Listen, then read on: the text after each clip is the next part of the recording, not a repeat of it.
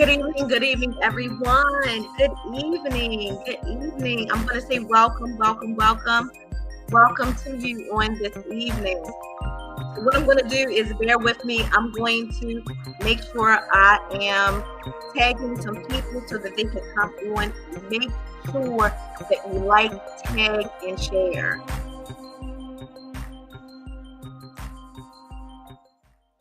Make sure that you like, tag, and share tonight. Tonight, we have some good information for you. So make sure you are liking, you are tagging, and you are sharing on tonight. Also, listen. All I have to say is just get ready. Just get ready. So right now, I'm in the process of liking, tagging, and sharing with different people. So make sure you do it as well. So give me a chance real quick. Come on in, come on in, come on in.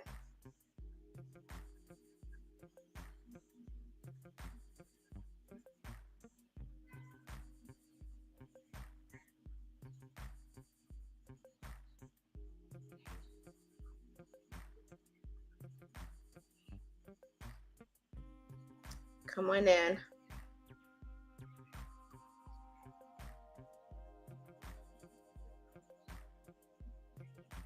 Perfect, perfect.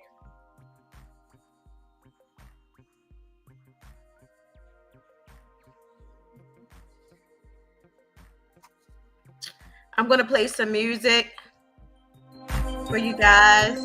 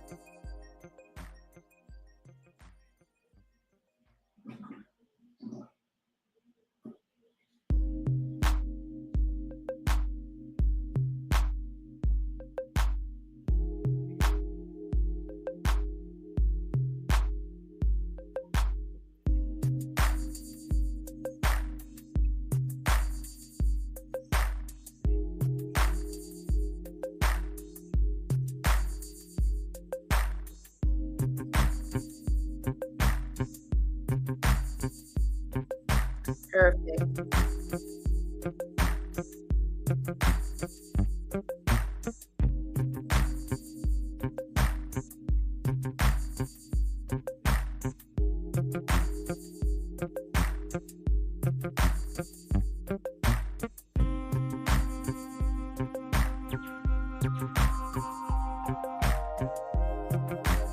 Good evening, good evening. Come on in. Perfect. I'm just liking, tagging, and sharing for right now. Go and tell your cousins, your mom, and them that we're on tonight.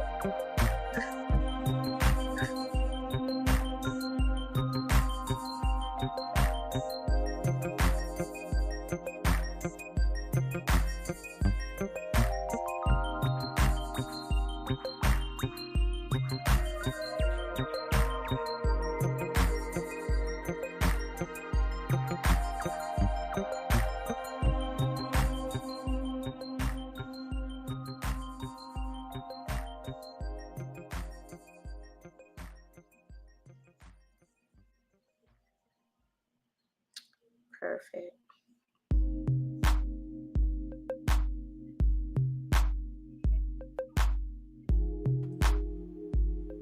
Dr. Barber.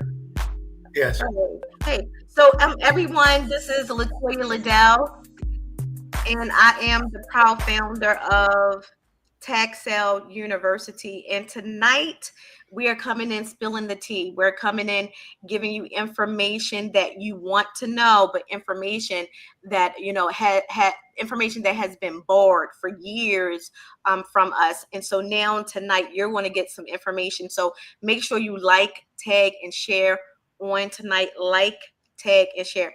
Dr. Barbara, I'm excited about tonight. Oh man, I'm excited about tonight. We have two gentlemen that these gentlemen, I just want to put it in one word: fire. Mm. Fire. And they have so much information that's going to be shared. And I'm excited, like you said, because this is information that's been hidden from a lot of us. And now is the lid is off. the Yeah. lid, take the lid off. The lid is off Let tonight. it off. Yes, it's going to be fire. So you guys stay tuned, stay glued, because you're going to get some real good information tonight. We're excited about what's going to Yeah. get shared. Yes, absolutely. And Dr. Barber is actually the Texel coach for Georgia, for the state of Georgia. But Yes. tonight we're going to talk. But tell us a little bit about that. How is that going with the state of Georgia? It's going good. We're getting ready to launch our classes. We're excited. We're looking for people in Georgia to come on board tax sales and find out information that they didn't know, and find out how they can get these properties pennies on the dollar. Pennies Yes, on the dollar. pennies on the dollar. Pennies on the now. Dr. Barber, when we normally say that, people don't, some people believe it, but some people like, what? Properties for pennies on the dollar? Tell us about the pennies on the dollar. And I know for a fact, Well, when you talk about pennies on the dollars, you can be like getting a property. The value of the property could be, this is just a scenario, $100,000, and you could win the auction, and maybe you would only pay 6,000. I know it sounds too good to be true, but there are many examples of people that are winning in these auctions, and they're flipping the houses, they're fixing them up, and they're reselling them. Some of them are renting them out. So there's a lot of different variables here. You can go a lot of different ways. And so tonight we're going to learn all of those strategies, some of the strategies that people are using and are winning in tax sales. absolutely, absolutely, and they are winning. Even in an economy where there could be a recession, even in an Right, economy where the interest rates are going very high, right. for purchasing properties, that does not affect tax sale investors. And I like what you said, because there is a downtrend in the economy. And when you're in a position where you're at the right place at the right time for the right opportunity, we like to call it a paradigm shift. When something in the market shifts and you get on the front end of it, you're on the front end of this at Yeah. tax sales. Amen. We're on Amen. the front end of a wave. There's a lot of and we're not going to get too deep into it right now, but there's a lot of things that are changing in our communities, and we need to be educated on that and be able to take advantage of the new trends that are coming into our communities. Absolutely, absolutely. So if you're out there, make sure you like, tag, and share. Like, tag, and share on tonight. Tag and share so that other people can get this information. And I'm actually going into other pages as we're speaking right now to make Great. sure that I'm liking and I'm tagging and I'm sharing with my other pages. So like, tag, and share. Like, tag, and share. So let me get started. I'm going to go ahead and get started tonight. I'm gonna go ahead and get started. Doctor KB, can you tell us how did you get started in tax sale? Just I'm going to log off for a second, but just tell the listeners how you got started in tax sale. Then I'm going to come back. I want to make sure that I'm sharing this to all Okay. pages as possible. Okay. Well, I like to say I got started in tax sales over a year and a half ago. I was introduced to tax sales by a very good friend. Y'all know her as Coach Katrina. Coach Katrina introduced me to this wonderful opportunity, and I got a chance to meet our great coach, Latoya. And I mean, the rest is literally history. I was learning information that I didn't know that existed. I heard about tax debt sales. I knew a little bit about real estate, but I didn't want to go through all of the things that you have to do to get licensed because it's a lot. I was formerly a licensed insurance agent, and I was the one who talked Katrina into getting her license. She had it one time and she let it go, and then I talked her back into getting her license. So I understand how these different tests are. So anyone who has an insurance license or real estate, I know what it takes to have to go through those tests. So I applaud you. But here at Tax Sale University, you don't even need a license. And that's the beauty about Tax Sale University. You don't need a license. And we have a wonderful coach. If you don't know her, if you get to know her, she is an expert at tax sales. And she will bring you into the Tax Sale University, train you and teach you, and you'll learn a lot. And this is a lifelong skill. And you can take this skill that you learn and you can pass it on to generations. So we're going to be talking about some generational wealth here tonight. We're going to be talking about some legacy building that we can leave an inheritance. The Bible says that a wise man leaves an inheritance for his children's children. And so we're going to be learning some principles that we're going to be able to pass on. And that's what I like about being in this community. This is a community. And tonight you're going to see some gentlemen who have come on board to be a part of our community, and they're going to be sharing some stuff with us tonight. And so that's my story. I'm now a coach. I'm now a coach in Georgia. Okay. Thank you, Dr. KB. Thank you so much. So without further ado, tonight I'm going to talk to you, introduce you to two gentlemen. These two gentlemen, they actually became members of Tax Sale University. And I love divine connections, because when you know that it's a divine connection, you know that great things are in store. And so as we begin to talk and as we begin to work on their properties, I just saw a flame, and we became like-minded. And I wanted to come and share, allow them to share their vision with you, because that vision has also been the vision of Tax Sale University as well. So without further ado, I'm going to introduce to you Donnie Barkley and Robert Burrell. Hello, everybody. How y'all doing? Nicole, what's up? Put this up, man. All right. Get that reverb off. All right. Yeah. Are we fired up? Yeah. Are we ready to go? Yes, we Fired are. up? You ready to go? We ready to go. Come on, There you bro. go. We ready to get this. Yeah. Y'all gotta excuse me with my excitement here. The lid is off. The lid I'm is excited off. about real estate. I'm excited about deals. Yeah. I'm excited about generational wealth. Awesome. Okay. How y'all doing out there? My name is Robert Burrell. I just want to introduce myself. I got into tax sales, messing with Donnie Barkley. That's my partner. You know, he been teaching me a lot. So, I'm here. I'm here, ready to go. I'm excited. Yes. I'm excited. So what are you trying to say, that you guys are the Cape Crusaders? Yeah. I don't know. Batman, Robin, I don't know. Batman, Robin, I don't know. That's right. All right. This is what we're doing.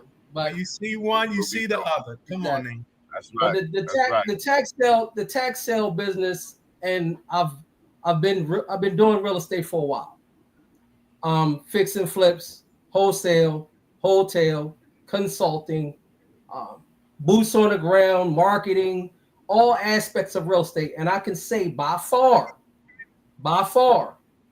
tax sale investing, tax delinquent properties are the number one best source of lead generation for real estate. Wow. You can't beat it.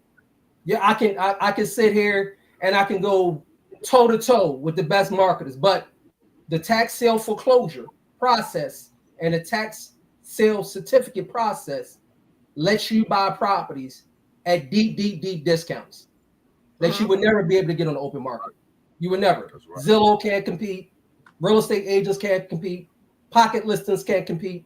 None of that can compete. So if you're not in the tax sale game, you're out. Let's just call it what it is.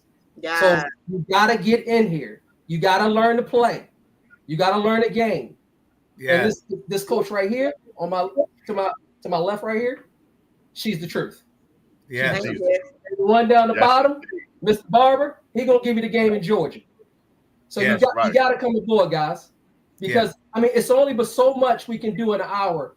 And like Coach Latoya says, me, Robert, and Latoya get on the Zoom and we go for hours. Wow. We can go for hours. Wow. But we got a limited amount of time to squeeze a lot in a little bit of time. So I'm gonna give it back to Coach and let her, play off of her. Yes. So I'm excited about tonight. I'm very excited about tonight. And so let's get started. Let's get started with the meat and potatoes. So I'm going to be working on streaming, because people are trying to get in right now. There's a lot of people trying to get in. For some reason, it's not sharing like it's supposed to. I'm looking over here. I'm trying to get it to share, and I see the ad, but I don't see the stream. Yeah. Saying it's So, coming soon. It's not loading up.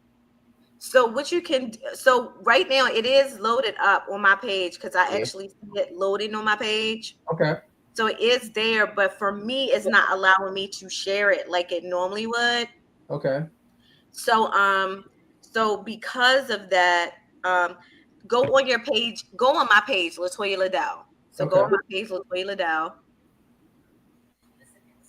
I'm on it. Okay, so you're on Latoya Liddell? Yes. Do you see us? Yeah. Okay, so you see it.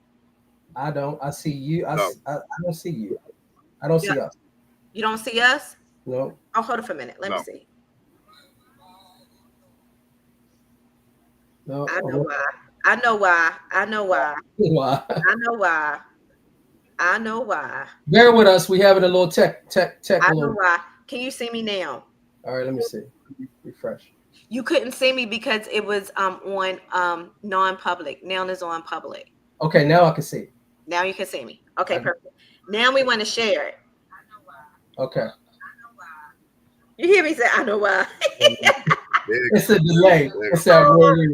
I got it. All right. So let me share that. Perfect. So now you can share it. So now we can go. I was like, hold on for a minute. Yeah, I see it. All right. Let me see. Is that it? Okay. Pen. Is that you? Now this is 23. Give me 1 second. All right. Did I share the wrong one? All right, share. So we're good. So we can share it now because I made it public. So we're good. So people should be able to see it. They should be able to see it in the Texel University page, my personal page. So you guys see it? I'm good now. I'm good. Okay, so we ready. I'm glad we handled that because I was like, hold up. Yeah, I can see it now. I'm good. Yeah, I see it too. Everybody see it? Okay, perfect. And so now also you can go into the comments, like see if and there's different so right now we have quite a few people on. So come on in, everyone. Tell us so we can get the algorithms going. Tell us where you're from. Come in and say welcome, say hello. Let's get the algorithms rolling now that we can. All right, come on, y'all. Let's go. We locked in. Hello, yeah. We locked in. Let's go. Okay, so perfect. So now, okay, because I was like, hold up. I was getting ready to call Wahid. Yeah, that guy. No, you was great callers. Yeah, that's my partner right there. Yeah, I was about to call him, but we're rocking and rolling. We're on. So welcome everyone. I know Vicky is on. I know Damon Molden is on. I know Leon Davis is on. Perfect. So I'm just giving people a little bit of time to come on now that is visible. We have a Cornell. Good evening, Cornell Lee. Good evening, Cornell Lee. So jump on, come on, get this information. Perfect. Okay, so I feel good. I feel like people can see it right now. And I'm talking to some of my people. They're saying that they are in now, which is good. Let me see if Damon is in. Hey, you can get in now. So just like, tag, and share. Tell all your people. Perfect, perfect, perfect. Okay, so I think we handled the problem. So we are good. So now that we got through all of that, let's get started. I'm excited about I'm excited about tonight, you know. Okay. So we can go ahead and get started. So so tonight we have, this is Let's Talk Tech Sales with Latoya Liddell. I am Latoya Liddell, the proud founder of Tech Sale University. And tonight we have some wonderful, some, I'm going to say, some mighty men in the real estate industry on tonight. We have none other than Dr. Kevin Barber. He's a coach here at Texel University. And then we have Donnie Barkley and Robert Burrell. And so, Donnie, let's start with you. We're going to start, with you so that people coming on, they can know. Tell us, what do you do? What do you do? I do everything. No, I'm messing with you. I'm messing with you. What I do is I invest in real estate. Primarily starting out, I was a fix and flip guy. So I like to do buy a property at a deep discount, fix it up, and sell it to an end user. And that was my primary bread and butter. But as things changed, I started noticing that properties were coming to me at a deep discount and was trying to figure out, well, how did they get them? Mhm. And all of that kind of linked back to tax sales and Right. tax lien certificates. Because I'm buying from a wholesaler and I'm fixing it up and they buying it at deep discounts, pennies on the dollar, and selling it to me and making 10, 15, or $20,000. Mhm. So that's how I kind of stumbled on it. And my mentor kind of steered me in that direction as well. So he looked at, he said, look, you missing out on the game. You need to get into here and you need to play with the big boys. Because this is how we buying property. Took me a minute to get used to the whole tax lien certificate, tax deed, and tax sale process. But once I got a hold of it, I never looked back. It's the best lead source out there if you're investing in real estate, hands down. Nothing can compete to it. So Mm. nothing can touch it. Anybody can tell you that. Yes, yes, yes. And for those who don't know, because there may be people coming on and you're like, tax sales, because oftentimes when you say tax sales, people think like tax season, Correct. right? So it's not that. We're tax sales are when an owner of a property have failed to pay their property taxes and the taxes are auctioned off in an auction. So the Mm-hmm. property taxes. And then you have investors, they go in and they buy either the deed or the tax lien. Correct. And then when they go in and buy either the deed or tax lien, if they buy the deed, then that means they have the deed to the property. That's tax deed. If they buy the tax lien, that means that they have interest in the property, right? But Exactly. both are great. Both are great.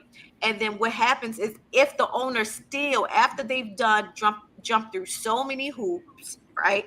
If the owner still refuses to step up and to redeem the property and pay the property taxes, then the tax sale holder, they do what they need to do according to law, and they become, if they do everything they're supposed to do, they will become the owner of the property. And this is tax sales. So that means that you can go in and you can purchase a property for pennies on the dollar. What do we mean by that? You can go in and purchase a property that costs $30,000 and you spend $3,000. You can purchase a property that's $60,000, right? And then you spend $4,000. Or you can purchase a property for $100,000 and you spend 13 or 10, right? And so you can get these properties pennies on the dollar. You don't need a credit score. So I know that there are people out here saying, well, my credit isn't good. You do not need a credit score. They don't look at your credit score, and you don't need a large down payment.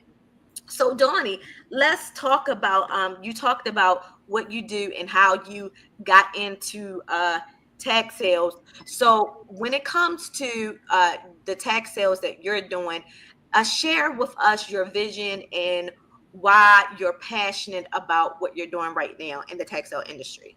Well, my vision is buying land. I'm a land guy. I like land because it has less competition. The Mhm. big boys in the tax lien certificate space or tax sales space, they overlook land. And like Oprah Winfrey said, they're not making no more land. Once the land runs out, there is no more. They can't produce any more of it. So Mhm. I like land, and I like the fact that you can build from ground up a brand new structure and force the depreciation value in any area you go into. You can go in some of the hardest parts of urban areas, Baltimore City, Philadelphia, Atlanta, Georgia, and you can force this appreciation in these areas by buying the land and building a building structure. It could be a multi-family, it could be a single family, but you're going to get the top of the appraisal number when you go to sell this particular property. Mhm. Mhm. So tell us, when we were talking about, let's go back to when we were talking about why tech sales are better they're like top tier when it comes to the real estate industry. And I want to like slow down on that so people can understand it, because I've had people come to me and say, I'm a wholesaler, right? Mm-hmm, And then I mm-hmm. had to explain to them that, a lot of their property that they were buying were initially tax sale. They were acquired in tax sale. So let's talk Exactly. about that so people can slow down and kind of see the benefits of tax sales. Okay. Well, when you buying a tax lien certificate, what you got to understand is that these taxes that you're paying for the certificate or the deed are significantly less than any open retail market you would get. So, example, if a property is, let's just say, worth $300,000, and they're behind and they own it free and clear, and they're behind $2,500 or $3,000 in property taxes. Let's multiply that by 6,000. Would you, a tax investor, would you pay $6,000 for a $300,000 investment? I raise my hand all day long. I Absolutely. would do All that. day long. All All of day us would do long. that. Everybody in the room should be raising their All hand and day. say, I'm gonna do that. So that's the benefit of buying a tax lien certificate and or tax deed of sale, because you're getting it at a deep, deep, deep discount. So if the person doesn't redeem or go through the redemption process and pay for the money back, they only have two options. They either pay the money back or you get the property. There is no third option here. Mm-hmm. So those are the way that the wholesalers and big money people are going in, buying the liens up, buying the certificates up, or buying the deeds up and remarketing them to people like you if you're a real estate investor and you're doing a fix and flip. So the benefits of them are tremendous. You can't compete. You can't compete with that. So traditional marketing teached us to go out to market to the Zillows, put the sign up on your car, drive down the street, have somebody call you. But at the end of the day, you can't compete to that deep, deep, deep discount, Mm-hmm. because that's what I was doing. I was buying from wholesalers and they were getting it from tax sales, tax Mm-hmm. lien certificates. Mm-hmm. You just can't compete. You have to go. And my vision of this is buying the land, building multifamily units, 3 units, 4 units, 5 unit buildings in Baltimore City, and renting them out to affordable housing on programs. Programs meaning Section 8, women owned, all sorts of government funded programs, Mm-hmm. because it's a need for that. We Yeah. have vouchers that's backed up to the tune of 10,000 plus people holding vouchers that can't find affordable housing in Baltimore City. Mm-hmm. So if you got a two bedroom, one bath unit, and you have multiple units, you have a surplus to give to these particular programs in these communities, because they need that. It's being gentrified. Mm-hmm. And then most landlords kind of shy away from government funded programs, because they scared about, I don't want to rent out to these people. But these are people too. Yes. These are individuals. These are people in our community. And if we don't do it, who else is going to do it? Yes.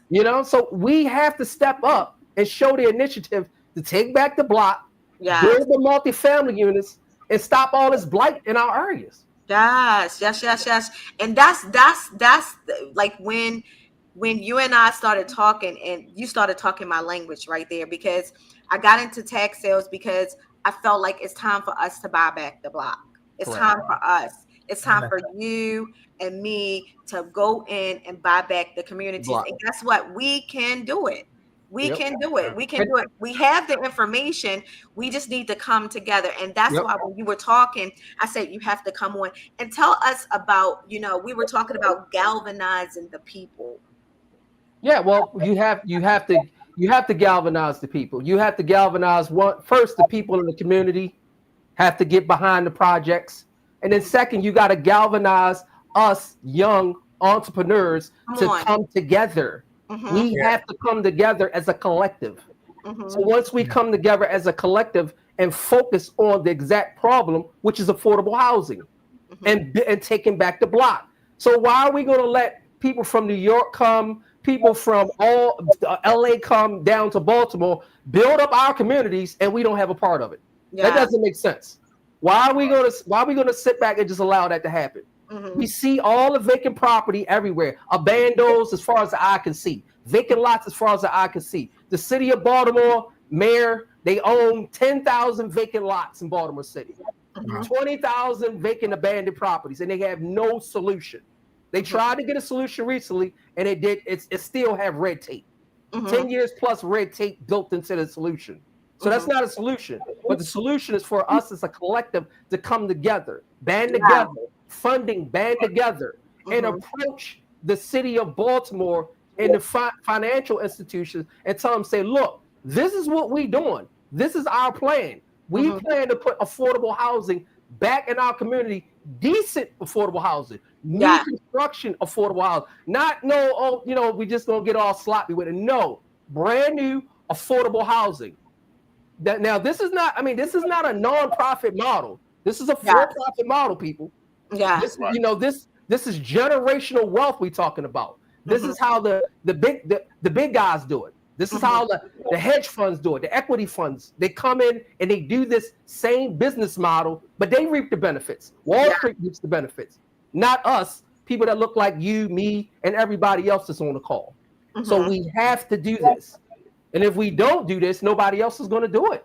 Yes, yes, yes. I love it because I love what you're saying, Donnie, because I've seen our counterparts do it. Yes. Right? I've seen them do it. And I've seen them do it and then push us out. Yes.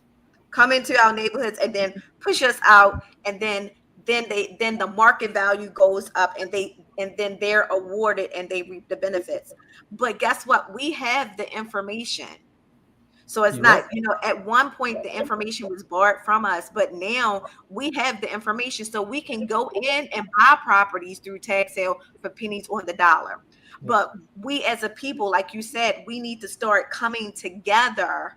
The strength is when we come together and start buying back the block.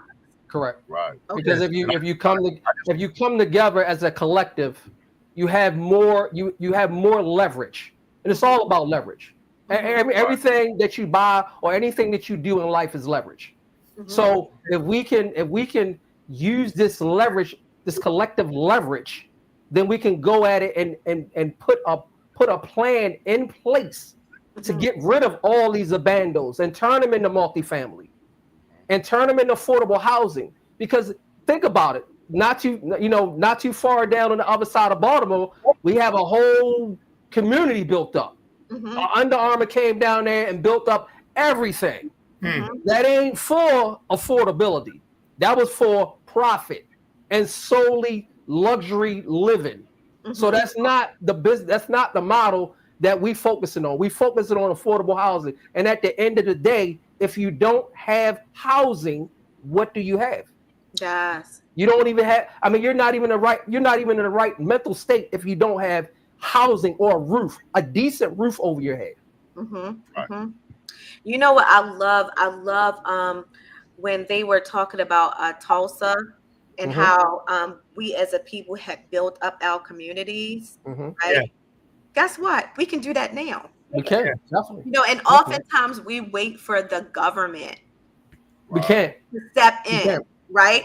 We can't. But we as a people, I mean, when you think about how much we are like great consumers, African American, Yes. we are great consumers, and we make other people wealthy. Rich. Right? We make every people rich. We make them rich. But just think, if we start to galvanize the people and start buying the properties, buying back the blocks for pennies on the dollar. And then people don't get scared, because Latoya did make a valid point when we was on one Zoom call about the areas of Baltimore. This is not home of The Wire.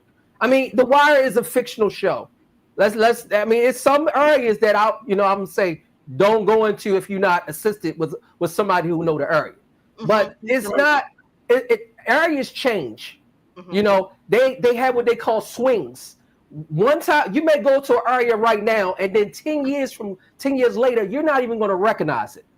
And that's how areas swing. So don't get tied up about, okay, this area doesn't look great, or this area got trash in it. Trash can be cleaned. You know, sidewalks can be fixed, buildings can be renovated, and then at a blink of an eye, you're looking at it like, dang, who did all of that work? I'm gonna raise my hand. We did this. We did this. Let me ask you a quick question.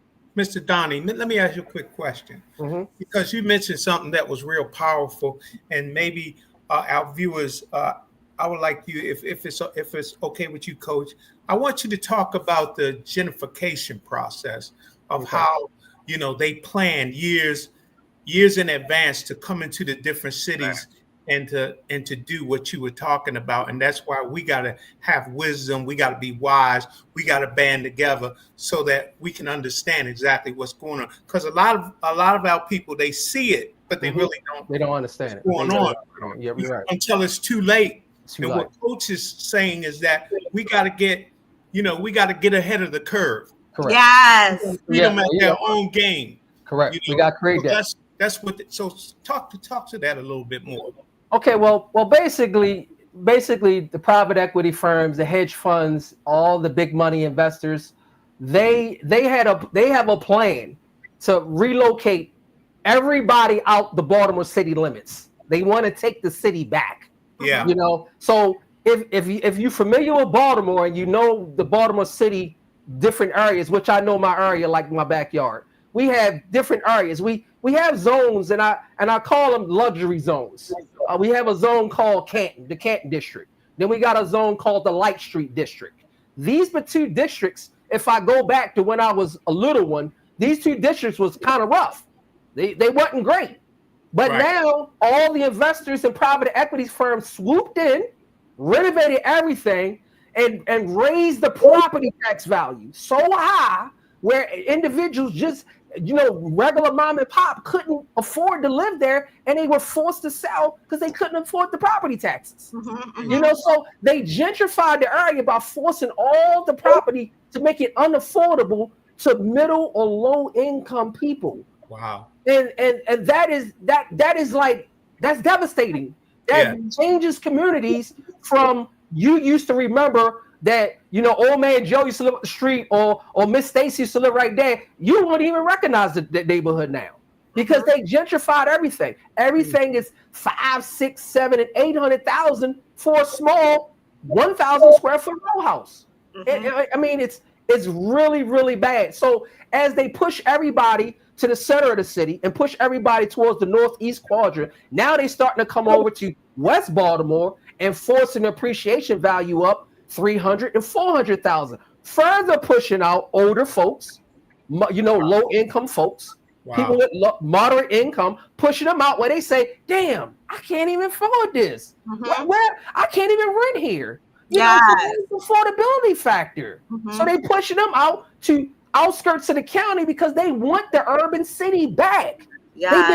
Look at Johns Hopkins. Johns Hopkins took over the whole East Baltimore. Yes, they did. They renovated everything, and they tore down row houses that, my uncles lived in, and tore them down and made parking lots for doctors and med students.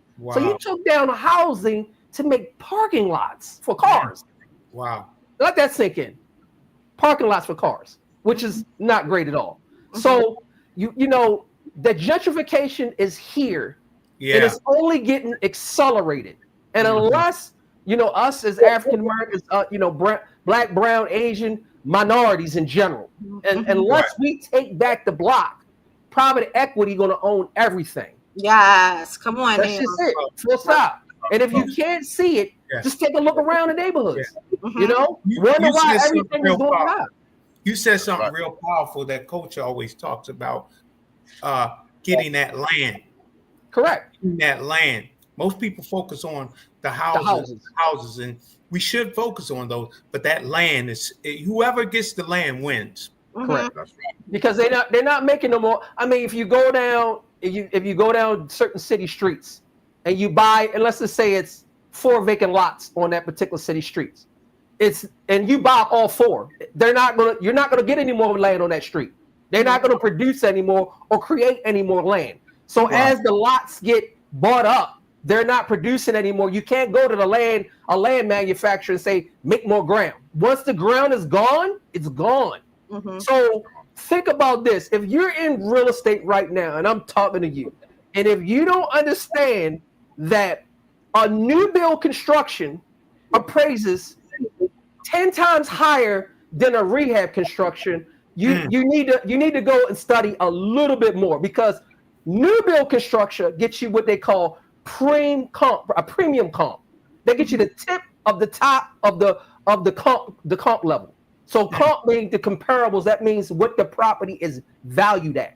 So if you're doing new construction, you get the best resale value, the best refinance terms, and the best refinance value than any rehab property would get.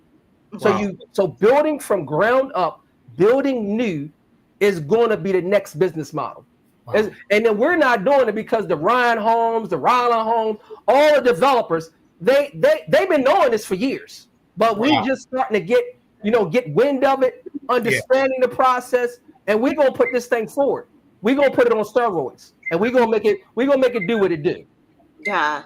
That's awesome. I love what you said. So let's go back a little bit, because I really want to be clear, because sometimes we're talking and we'll have people and they don't understand everything. Right. So when you get into tax sales, you get the properties for at rock bottom prices, right?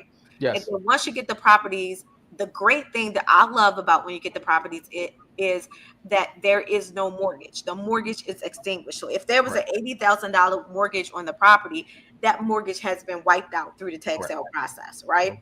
And so that's great, because you're not paying any monthly mortgage fees on the property. So but when you get into tax sales and you purchase a property and you obtain the property, you get to decide your exit strategy. Correct. Right? Yep. So your exit strategy could be quick cash, meaning you get in, you sell the property real quick and you get money. It could be fix and flip, right? Where you fix the property up and then you flip it. Tonight, Donnie and Robert, they're telling us another exit strategy, which is basically buying land without structures. So that's land without the structure. I can tell you, in Baltimore, the list has dropped for Baltimore City. So if you don't know, the list has dropped for Baltimore City, and there are thousands and thousands upon thousands. It's 8 batches, and then the first batch is over. I think it's like 500 million, 50 million properties estimated value in there. So it's thousands and thousands of property, but there are a lot of land. Right. There are a lot of land. And so exactly. So Donnie and Robert, they're telling you the exit strategy for, if you want to come in and you purchase the land for $3,000. So Donnie, give us an idea of if a person was to come in and they purchase a lot for $3,000, what could possibly happen? Well, you got a couple different exit strategies here. I mean, you can wholesale it. That means you can buy it for $3,000 and turn around and remarket it for more money. You can do that. I mean, there is no property for $3,000 on the MLS. Let's just get that out and open. There is no property most likely for $10,000. That means a lot. on the MLS. Go back, because when you say the MLS, people not going to understand. Okay, well, the MLS is the multiple listing service. You got to excuse me, I'm using and that terms. has nothing to do And with that means it's none of them that you can find for $3,000 that you can go buy on the open market without going to tax sale. That's what that means. And there's no particular lot that you can probably buy, maybe even close to 10 grand, 10,000. Most of these lots are going for 30, 40, and 50,000 in the inner city, in the neighborhoods that you look at and may frown at. That's what they're going for. Because the value is the screen frozen. Yeah, somebody's saying the screen is frozen. Is everybody saying it, or is it one person? Because sometimes it could be one person saying it. It could be their computer. And it could be their not on my end. Or phone. Yeah, it could be their issue. So we got to make sure it's for everybody. Okay, gotcha. My bad. Are we good? No, that's fine. I'm glad you're watching, you know? Okay. All right. So I see you, and you look good on my device. Yeah, on my device, everybody looks good. Okay, I can see me. All right. So basically, if you get a lot, you have multiple exit strategies. You can wholesale it and take the quick cash. That means $10,000 profit, maybe a $15,000 profit if you buy for $3,000, and just go ahead and remarket it. You got multiple avenues to remarket property. We're in a social media era, and then what the new 2025 investor does, and I'm giving you a little game. They get the particular lot, they buy for $3,000, or they foreclose on it for $3,000, or buy the tax deed. And then what they do is they turn right back around and remarket it on Facebook Marketplace. Wow. Maybe eBay or maybe IG, and somebody buys it from them.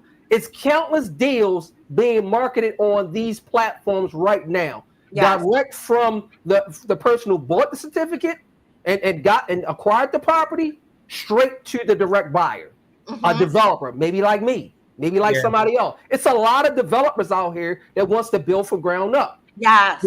We don't have time to go and look at every piece of land around. We just want somebody to bring it to us.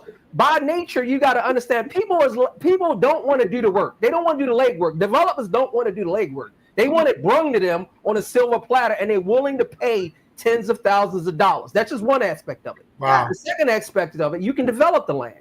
Now, if you develop the land, you're going to force the value of the land into what they call new appraisal comps. That means new appraisal comps are the top of the top of the top of the values in that area. It could be 300, it could be 400, it could be 500. It all depends on the square footage. That means the size of the unit you build.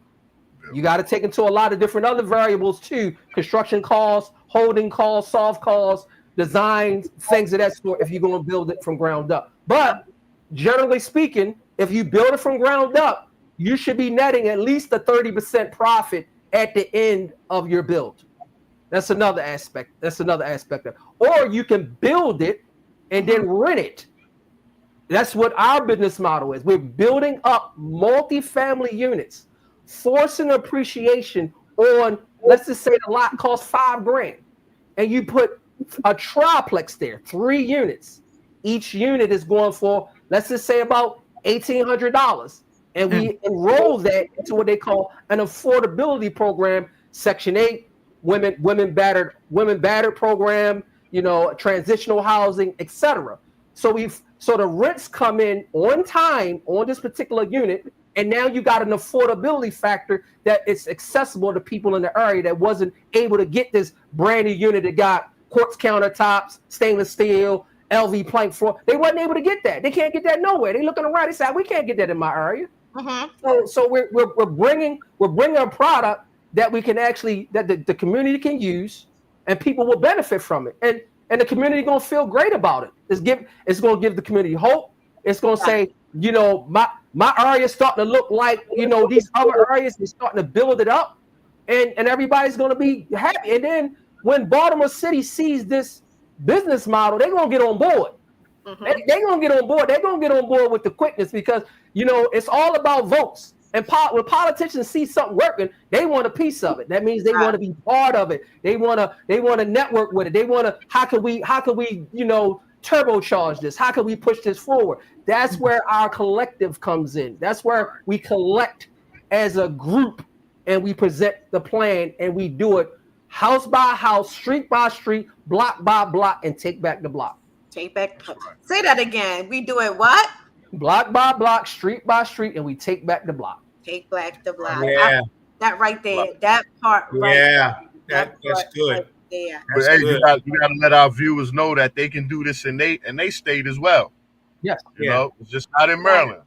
Not in you can Baltimore. do this. You can do this anywhere. I mean, Yes. I've been fixing and flipping for a while, and I've done a lot of projects.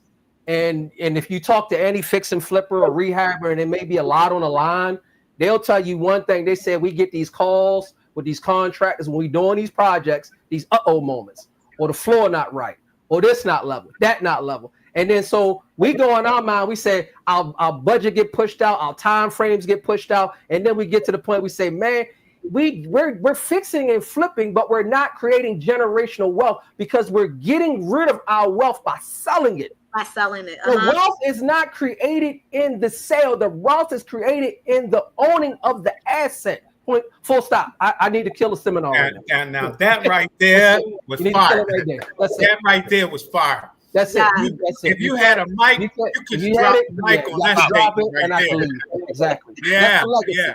So what do you want your legacy to be? All these flips and flips where you accumulate check after check after check, and you're a hamster on a wheel, keep trying to run, or you want to create generational wealth or legacy wealth where they say you made a mark on the zip code 21215. You made a mark on the zip code 21230 or wherever the zip code is. And you did, and your collective did all of these projects. Yes. So we just getting hyped up here. We just getting started. The door's about to open up. So y'all ears posted. You done started something over here. I got property in 21215. I got church and I got land. Oh, there you you go. started something up Come here. on, exactly. Wheels churning. That's what we need to do. Now, what can I do with that land I got laying over there? That's what we. Hey. I got a big lot sitting in the middle of the block. And can I say this? I want to say this real quick, right? Because we are one of the greatest consumers in American as a people, right? So just think about if you $1,000, $3,000, you could spend $3,000 on a handbag, right? Yeah. You could spend $3,000 on a pair of shoes. But what if you just went and bought a lot?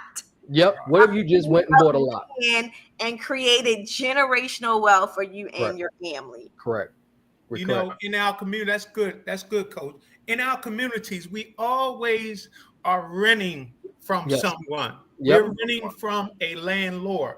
Tax sales is teaching us how to become lords of the land. Yeah. Correct. Where we're the head and not the tail. Where we're above and we're not under. We're the lender and not the borrower. Yes. Yeah. We wanna create our own value.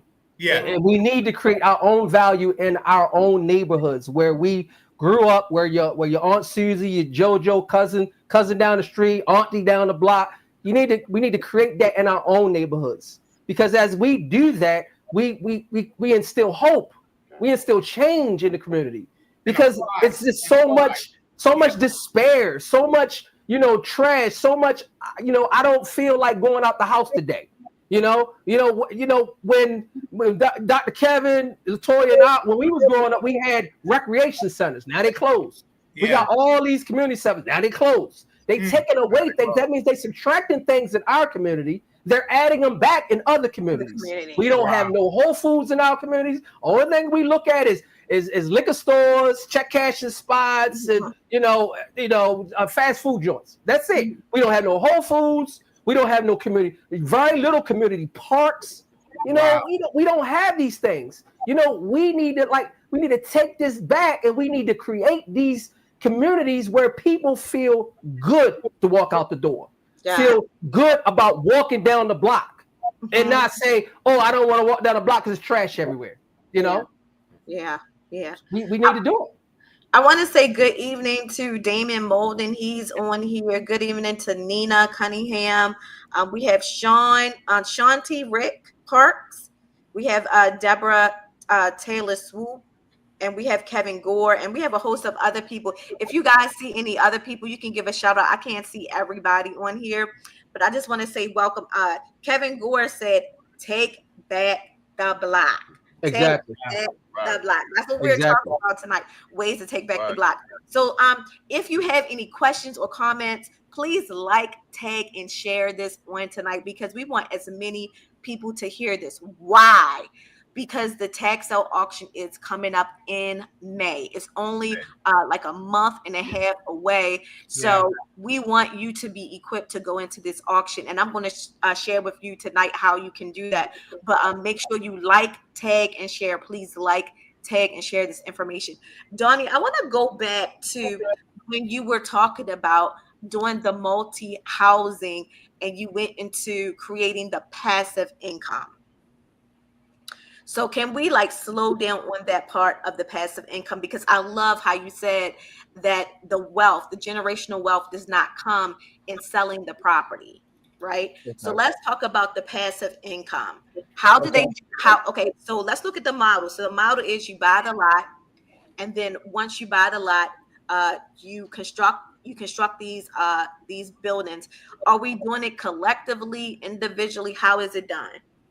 Okay. Well, I mean, we can do what they call a collective, meaning that we know it's people on a call that, you know, they just want to invest, but maybe they don't want to have the hands-on and day-to-day thing. So what we'll do is we'll have a collective where everybody can invest in what we sort of like a crowd type of fund type of situation, you know.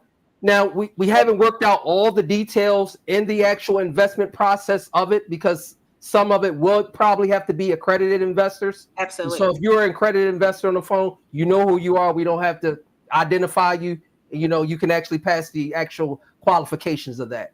But if we want to do it as a collective where everybody can get together and pool their collective money, funds, financing, credit, things of that sort. And once we actually pool all that together, then we can identify all the lots that we're going to buy in a certain area. We don't want to spread ourselves out all over Baltimore City. We want to concentrate and hone in on one particular area and let the city of Baltimore see that this is what we're doing and we're going to construct multifamily units, maybe 3 units or 4 unit buildings.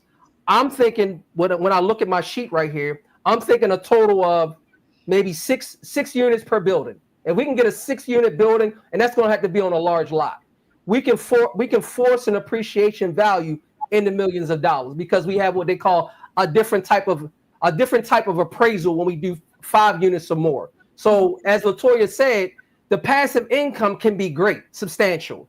So we're talking about units that's going to gross cash flow in excess of $10,000 or $11,000 or $12,000 per month. That's gross. That's not net. That's gross. So gross means the accumulation of the money that's coming in. And all of these is going to be program based. That means government funded rental assistant programs. And it's a lot of them out here. We have about several of them in Baltimore City that's up and running and that have funding to the tune of 20, 30, or $40 million that's coming into Baltimore City, and they have to disperse it amongst voucher and recipients. So this is not going to be like, okay, we get the units and we can't rent them out. It's a backlog of people. If you guys understand, it's a backlog. It's thousands of people with vouchers that can't find housing. They just can't do it. They have the voucher in their hand. It's for a 2-bedroom, and they can't find it. It's thousands of them right now. And they got thousands of them on a waiting list. And we can go from women battered own program to transitional housing to it's 3 or 4 different type of core programs that we could focus in on. But this business model works. It's going to cash flow. It is going to force appreciations per building into the millions. Into the millions. That's just the appreciation, the appraised value of the particular property. But the cash flow is going to be substantial. And unit by unit, we can do so many doors And then we can go to the city of Baltimore and ask them for tax breaks, tax incentive, permit process discounts, all of this particular process to get this lowered because we're dedicating this towards affordable housing. So politicians are like, okay, you're doing this and you're doing affordable housing. Great. Okay, how can I be a part of it? So let's get this in the next city council session where we can give you this particular funding and dedicate it towards your process. We have Damon Molden. He has a question. He said, "Does WOA still exist? Waiver old adults." That still exists, correct? Are you referring, Damon, to the program for the older elderly people? You can just chime in. I'm looking at it. Okay.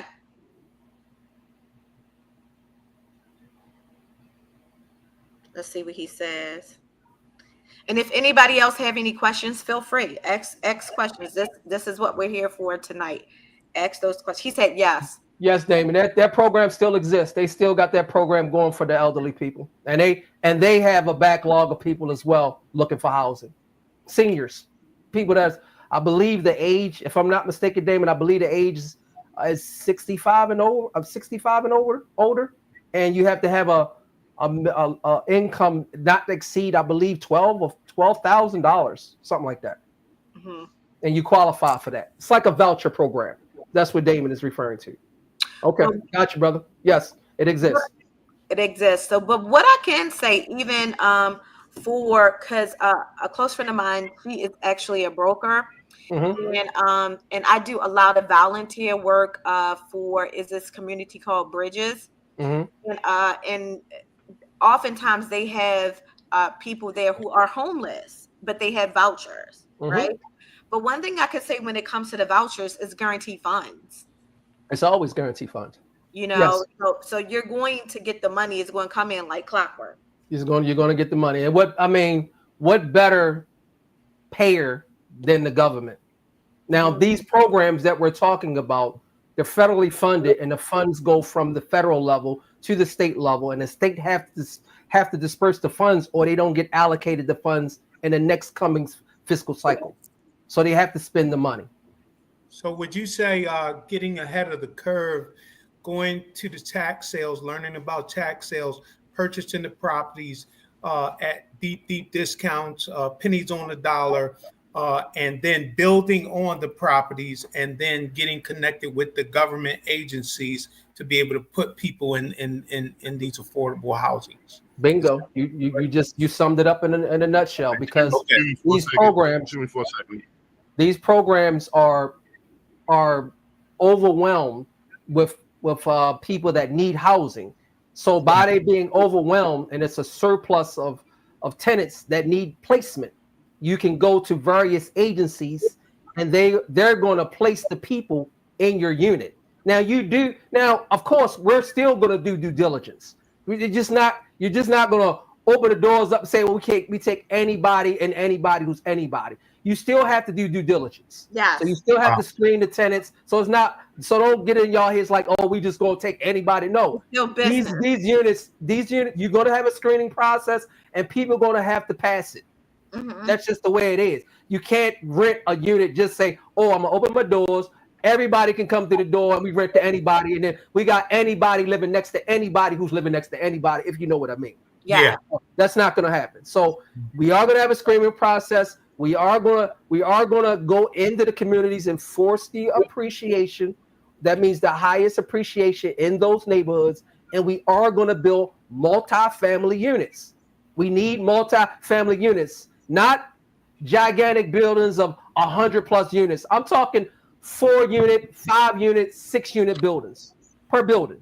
Wow. Is really, it's really cut down, and you're scaling it down. And it is really like a made-to-do type of process. It's not a process where it's overwhelming, and it's the same sort of process, sort of like a rehab, but only with a foundation and other type of project management, framing, electrical, mechanicals, and things of that sort. Okay. But it goes pretty quickly. It goes about the same timeline of a rehab if you do fix and flips. Absolutely. Thank you for that, Coach. Someone named Nina has a comment. She wanted to know how she could become a part of the project, and please define acronyms. Nina Cunningham. You Okay. see, Well, Nina, what we're gonna do, we're gonna have some information release. You can reach out to Coach, and Coach will have that information. We're gonna be yeah, formulating stuff over the next several weeks, how you can become a process of it, and how you can actually, you know, I don't know if you're an active investor right now. You may be an active investor, but Yes, she we're going. is. Yeah, She's okay, a so she's we're a gonna. member. She's a Okay, member of Texel University. okay, so we're gonna have some stuff. We're gonna have some stuff drop for you. So just stay tuned. Coach gonna have some stuff drop for you. Perfect, perfect, perfect. Um, Perfect. So let's get back to I want to, because we have newer people coming in and they missed Okay. a lot, right? So let's just circle back again, just very quickly, and just make things like really clear again. So when we started off, you were telling how you were doing wholesaling, Mm-hmm. and you found, and you were taught by a mentor that now, although you were doing wholesaling, I guess you were making some money in wholesaling, the real money came through buying properties through tax sales, meaning buying properties for pennies on the dollar. Now, can you expound upon that again? Okay. The All newer right. people that's coming in. All right. Well, if you talk to a lot of gurus and do-rules, people that actually do the business in real estate, you will understand that tax sales and tax lien certificates, tax deeds, which Mr. Barber is down in Georgia, if that's a tax deed state. Mm-hmm. right. That is the number one lead source in real estate. Hands down, it accelerates and beats any lead source in real estate. So what I was doing, I was fixing and flipping and doing wholesale, and I was buying the property from wholesalers and from different individuals, and I was trying to figure out, well, I was scratching my head. I was like, how can they sell it to me at that very low price? I was like, that's like dirt cheap. That's like cheaper than anything I'm looking at in the market. How can they do it? Nobody would ever mention where they got it from, their lead source, how they actually got it. But I would buy it and I would fix it up and I would sell it and I would go to them for some more and they would have plenty. And I was like, well, how do they keep getting the consistent leads like that? And, just bumping around, listening, to keep my ear to the ground. My mentor said, hey, you missing out on a lot of opportunity. I'm like, what opportunity am I missing out? Tax lien certificate investing and tax deed investing. And I was like, okay, let me take a look at it. How does it work? What does it look like? I mean, it's you buy a lien, you buy a deed. What does that process look like? So he gave me the game, showed me open the door and pull the curtains back, whatever you want to call it. It showed me exactly how to do that and said, you're missing out on golden nuggets and golden opportunity to buy these properties at 10, 15, and 20%. And not to go off topic, I bought some property down in Florida, and I bought a piece of property, a piece of land for $900. What? True story. I never went there. Never went and physically saw the land. Bought it through the auction down there. My mom went down there. She raised her hand. She bid it $900. I said, wow, I did it. I bought it. I bought one with the mentor. I bought one. He said, great. Wow. Now what you going to do with it? I said, well, I'm not trying to develop anything. I'm going to sell it. He said, well, great. Well, how you going to sell it?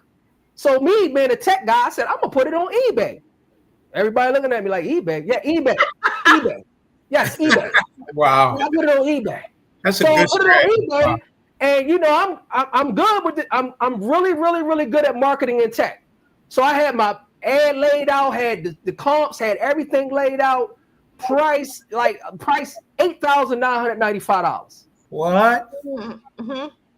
The property stayed up there. I was like, man, I said, I don't know. I said, but the ad looked really good. That's what I said to myself. The ad looked really good. So Wow. I put it out there. The property lasted 3 days and got bought. Wow. I'm in Arizona. Hold up. Arizona. I'm in Maryland. The property in Wow. Florida. The person bought it in Arizona. Wow. Hold up. Yeah, I gotta stop. Let's back gotta up. stop. From anywhere. I gotta stop you right now.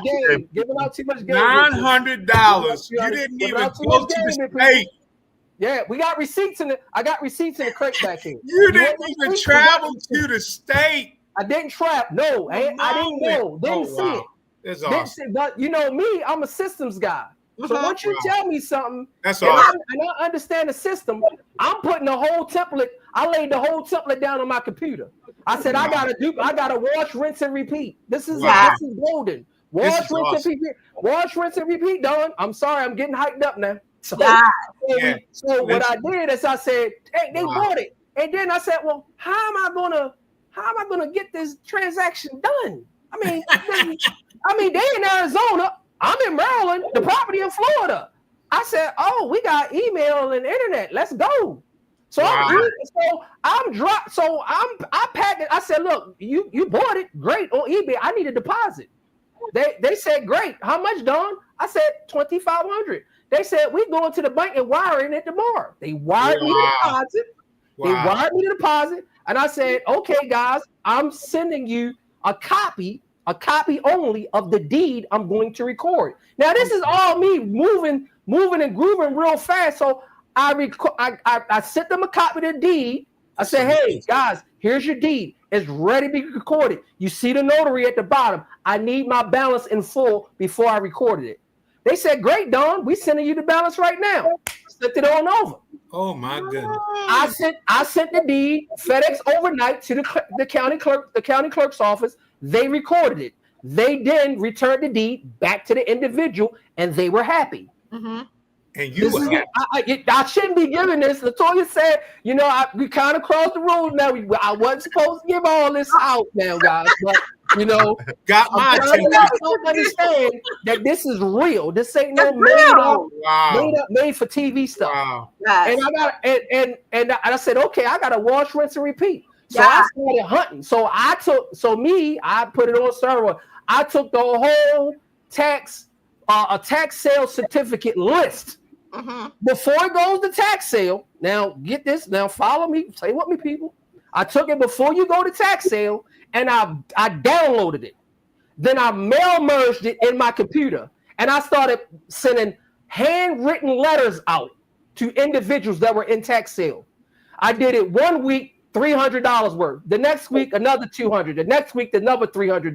By the time I got to the 4th week, my phone was burning. They were burning the lines down. Mm-hmm. They were saying, I had to go into what I call screen mode. I had to screen each property for potential profit. Mm-hmm. Eliminating all the not deals and only looking and calling back the deals. Wow. So I streamlined that down to a process and made over 150,000. Game over. Say, come on. Now. Say no more. Come on. Let me ask you this question, Donnie. And Donnie, was it like a full-time job? No.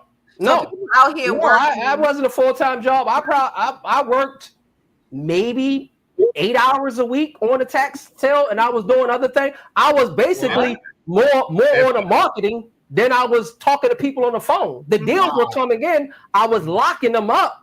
With the direct sellers. So as the deals called me, I would pre-screen them for profitability.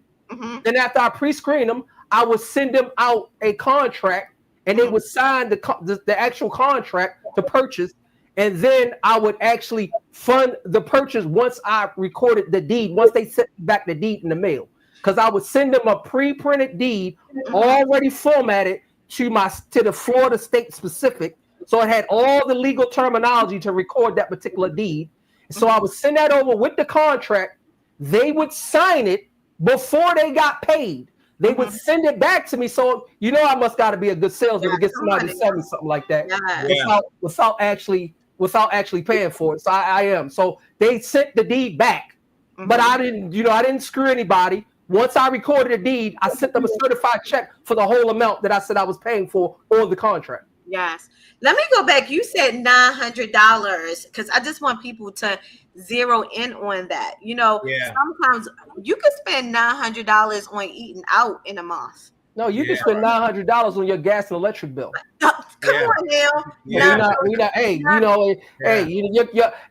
know people walking around with credit cards right now that got $15,000, $20,000, $30,000, $40,000, and and it's maxed out on the credit card. So what we doing? If you need the funds, guys, it's ways to get the funds. You have a credit card sitting right there. Leverage that credit card and use OPM, other people's money. Come on, man. You talking some real stuff. What are we doing? We sitting around. We want to take the credit card, go on trip, swipe this. We want to take a buy the powder bag. We want to go and swipe it down for, something just foolishness. We need assets. You need to buy real property, land and real property itself. You need to buy it. They're not making any more of it. So get in now or get left out. That's the whole thing of it. Get in now or get left out. And it is predicting that right now Maryland is sort of they're calling it similar to Georgia. I think it's frozen up. Damon, you good? Chime in, Damon. You good? It's frozen. Let me see. I can see you. No, I can. I'm going. I can see it's everything. Frozen up here on the out screen. Hold on. Let me see. I think I'm frozen. I don't know. I might have got frozen. Hold on. Yeah, I'm looking at my screen. I am frozen. Yeah, I am frozen. You're frozen. I'm back now. You back? I'm back now. Yeah, you back. Okay, It's a little delay. It's a little delay. Little delay. All right, I got it. You back. Okay. You back. You already Robert, are you back? Yeah, I see you. I see you. Okay. I'm good. I see you back. Okay, perfect. Michelle Brown said that you're good. You're good. You're good. You're good.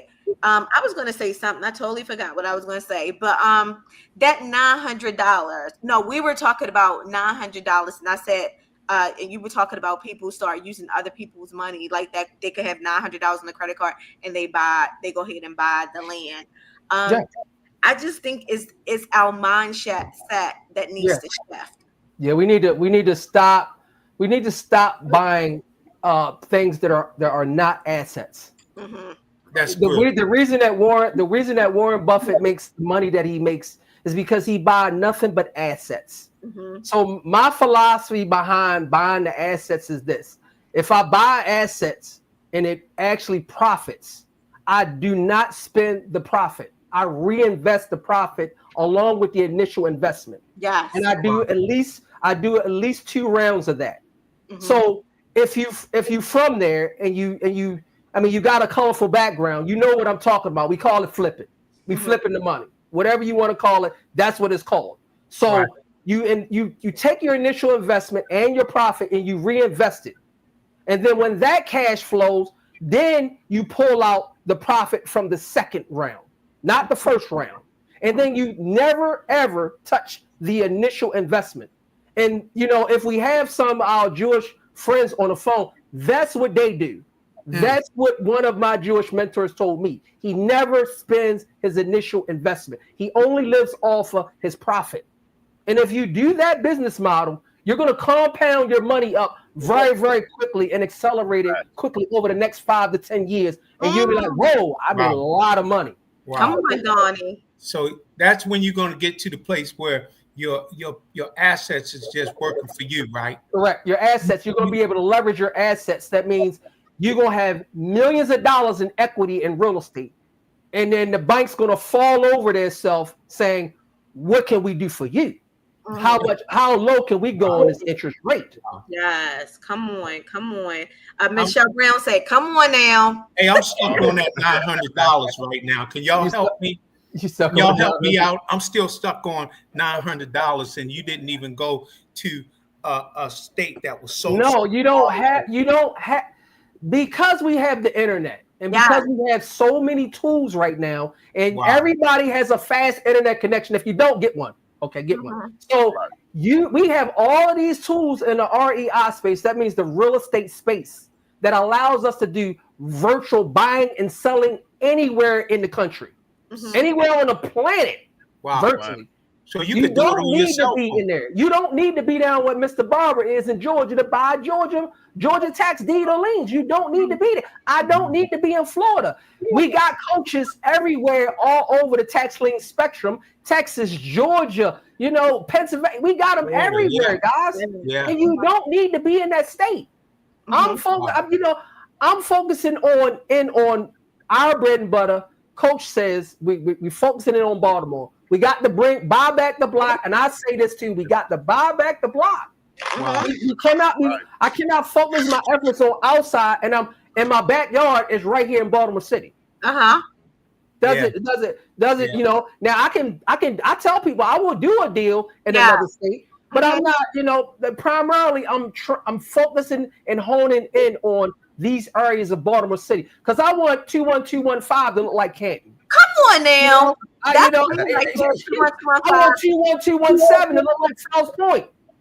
And you know what I mean? Yeah. You know, I want these areas to look like when I go on the other side of the park or when I go on the other side of downtown Inner Harbor. I want our areas to look like this. Absolutely. Because you know, if you go through, if you're kind of older and you're familiar with DC. DC used to be very, very, very bad. Very bad. Yeah. If you drive through DC now, you will not even recognize it. They have gentrified everything. Everything has big apartment buildings. Everything is $1 million to purchase. Anything. And guess who did that? Private equity did that. Not the people in DC. All the outside investors came there, political funding, all sorts of funding. They grouped together and they started buying up the blocks. They didn't care what they was buying. They bought it and they developed it. They turned it into hotels, mixed use apartments, like apartments upstairs, mixed use, Starbucks downstairs. Never saw Starbucks in Northeast. Northwest. I was like, well, this is a Starbucks. I'm driving that. They put a Starbucks down here. Starbucks don't go where there's no net worth. You understand? So they done renovated everything in DC. Speaking of that 21215 in Baltimore, they already have plans. Correct. I have a church building that I'm purchasing, and it's right across the street from Pimlico Racetrack. Great. They have an agenda to build up that whole area. In another 5 to 10 years, that community will not look like it's looking now. I'm working on me and Rob. That's where me and Rob working on land right now in 21215. We're working on it right now. Right now as we speak. Yeah. Wow. And I say, this is the time, oftentimes we're so busy being distracted. Like we're busy being distracted by other things, but this is the time right now to come in and start buying the land. Buying back the blocks. This is the time to do it right now. We have the information, we have the opportunity. So you have the opportunity where you can go in May. Correct. I'm telling you. The tax sale auction is this May coming up, not a couple of months from now, is this May. And right now the list is available with thousands and thousands of properties. But I want to tell you, make sure that you meet with me, a coach, and I will show you the do's and don'ts. I will get you familiar in what you need to do, what pitfalls you need to avoid, because tax sales were meant to be a win-win for you to either walk away with the property or to walk away with your money back plus interest. Plus interest. We didn't even touch it. We didn't touch on that. We didn't.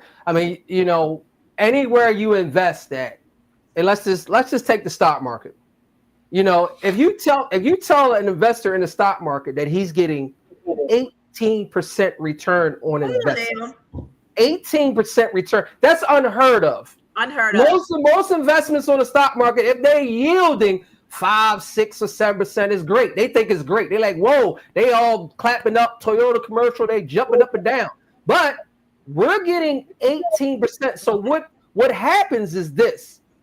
All the hedge funds, equity funds, and things of that sort, they come into the tax sale process, and LaToya can vouch for this, and they buy up large quantities to the tune of millions of dollars. Wow. Millions of dollars they invest. And we scratching our head like, why would y'all invest it? Because they can't get that return on Wall Street. Yes. Well, they can't get that return on Wall Street. And you seeing people, and me and LaToya, we have lists where we see one buyer buy $2.5 million worth of tax lien certificates. Another buyer buy $5.6 million in one day. Not over the course of a month, one day. Yeah. So if they're investing in it, and you got to ask yourself, well, what's in it for them? Well, people, they are motivated by profit. And that 12 to 18% looks really, really great compared to the volatility of the stock market. You're up and down 401k, or you're up and down this. So 1 minute you up, next minute you'd have lost everything. They want safe investments, and that's why they do tax lien certificates. So you have to, you got some money now. Don't say you don't have no money to do this particular business model, because it can be as low as, like I say, $900, $800, $500. You had one person got a house for $600. You paid $600. Yeah, correct. You paid $600. Correct. Who paid $600? $600. Who paid $600? Say that again. We had an investor that paid $600 for a property. Yes. Wow. So you don't need a lot of money. What? Let's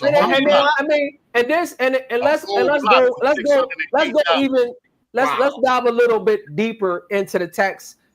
So don't get yourself concerned or get yourself in a twizzle about why the person is in tax sale. So many people try to understand and dissect the personal company or whatever on the other end as to why they in tax sale.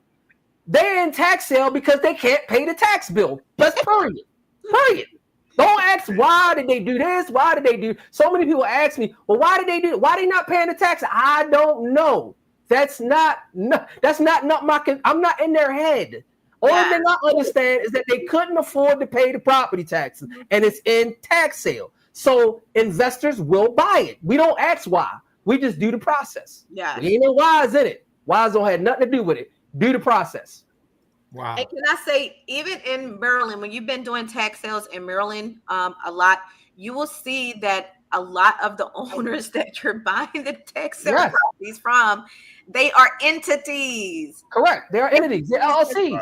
They are entities that are located. They're living in California. Correct. Right? Living their best lives, and they own a lot of properties, and that property is sitting here in Baltimore just vacant.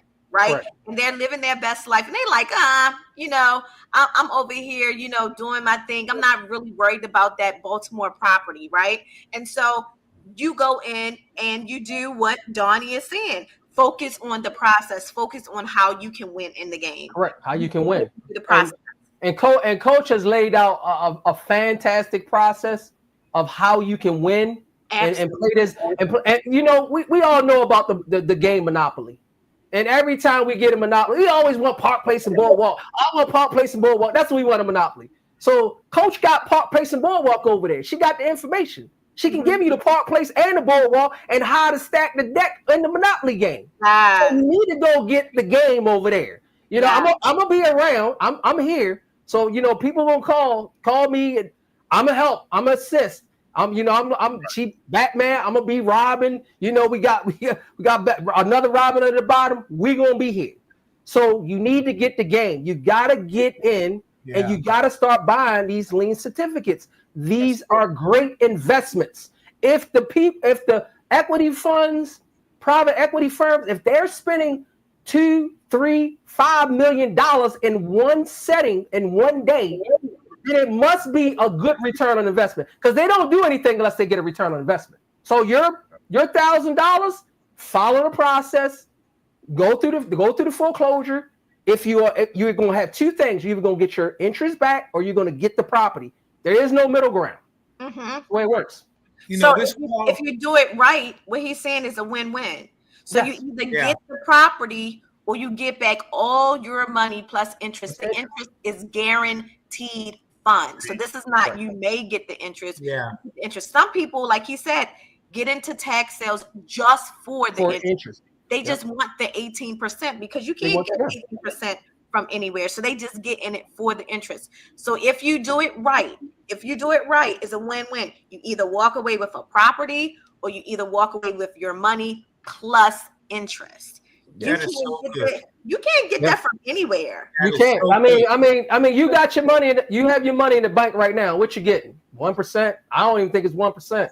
It's not even 1%. I mean, you lock your money up.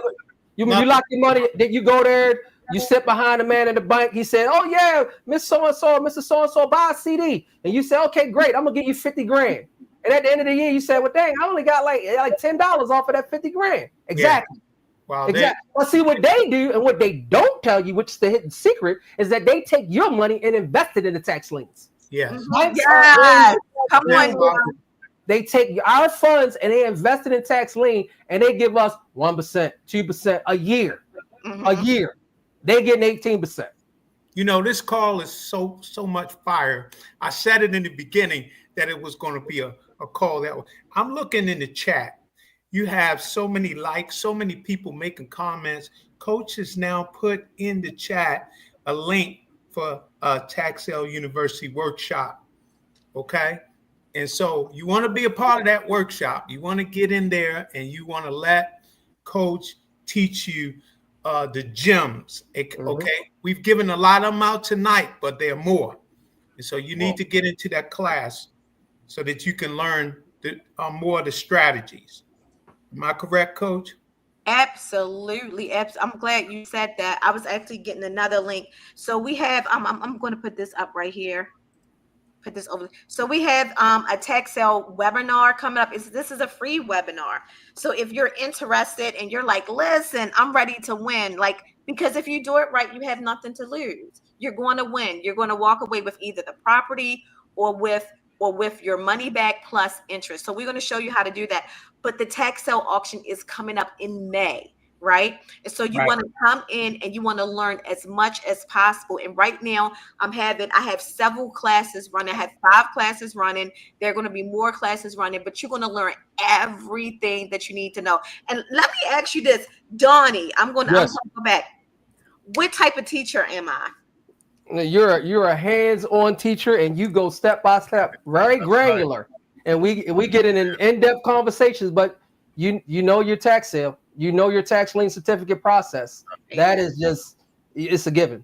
Yes. And so you're going to get in-depth information. I've been doing this for 23 years, right? Yep. So you're going to get 23 years of experience showing you the ins and out of tax sales. And guess what? He said I'm hands-on. So I'm going to take you by the hand and walk you through the process. So that way you're not going to hear crickets. You're not going to have questions that are unanswered. You're going to be able to get the answers, the strategies, the know-how to go in and purchase the property. And if I could just add one thing. Now listen, I mean, $197. I'm just going. Let me just play on that for a second.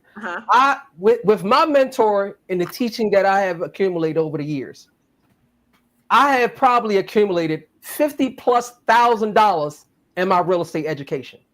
Now people say, whoa, yeah, 10,000 at a clip, 5,000 at a clip, 4,000 at a clip, 1,500. But now what I've done with that is I take away nuggets from that and I make it my own. So it's like you glean everything from everybody and you make it your own. And so that's what I have done over the years. And I'm still learning. I will still pay for courses. I will still, elect to learn more because I don't know everything. And nobody can tell you that they know everything. I'm good at some things. Coach is good at some things. Dr. Kevin is good at some things. Robert is good at some things. But, all of us can tell you that we invest in our education. So you have to invest in your education. And this is $197. That's not even your Comcast or Xfinity bill. Your Xfinity bill is $300. So you need to understand and learn this information because we went over some things. We gave you some gems. We gave you some fire. But you got to understand the process. It's some due diligence involved. Yes. It's some research involved. And we have a lot of tech tools. Me and Coach go round and round about hours about tech tools and how to evaluate, how to actually understand what the deal looked like and things of that sort when buying. We just don't go and buy blindly. We know a lot of people has bought blindly and has made mistakes. Do not go and buy. Do not say I'm a bid on it. Not understand it. I just had another individual come up to me not too long ago. He thought he bought one property. And he thought it was a real physical building. And I had to tell him, no, you didn't buy a physical building. You bought a lot next to it. He said, man, damn, I thought I bought the property. I said, no, you didn't do your homework. You looked at the wrong property. Do you have this app? No, I don't have the app. Well, you need this app to identify the lot and let you know what are you bidding on, that it is what it is, and that you didn't make a eyeball test and you made a mistake. Yeah. And so what you're saying is true. Like, you got to know the ins and outs and the do's and don'ts. You can't go there just saying, I'm going to go ahead and do a blind bid. Because oftentimes when you do that, then you come back and you'll say, well, tax sales doesn't work. And they do work. You just didn't have the right information and the right strategy. And also, you're going to be competing against savvy tax sale investors. Yeah. Many of them that I know, we've been in the industry together. So you're going to be competing. So you need to learn some strategies on how you're going to win against these savvy tax sale investors. And we're going to show you that as well. So I'm going to put it up here. Yeah. So this is the flyer. We're having a free webinar April the 11th. In the chat, in the comment section, you'll see a link for this where you can register. So look in the comment section, you'll see it. And then also, if you want to book a call, if you're like, I want to start now, I want to learn it now, I want to fast track it because the auction is coming up in May, then I put my Calendly link in there. So go ahead and click the Calendly link and schedule an appointment with me and book a call, and we'll get you started. Okay. So let's go back. I'm going to, does anybody have any questions? Do you see any questions, Look right now. Dr. KB? Okay. Let's see. Any questions? Michelle Brown says, definitely I need to know the process. She's already a member of tax sales, right? No, she's not a member. So Michelle, we have the Calendly link. Just go ahead and book a call with me. Yes. Book a call with me. I mean, we can meet Friday. We can meet Monday. Just look at my schedule and book a call with me. And I'm training. I have classes going on, and you want to learn.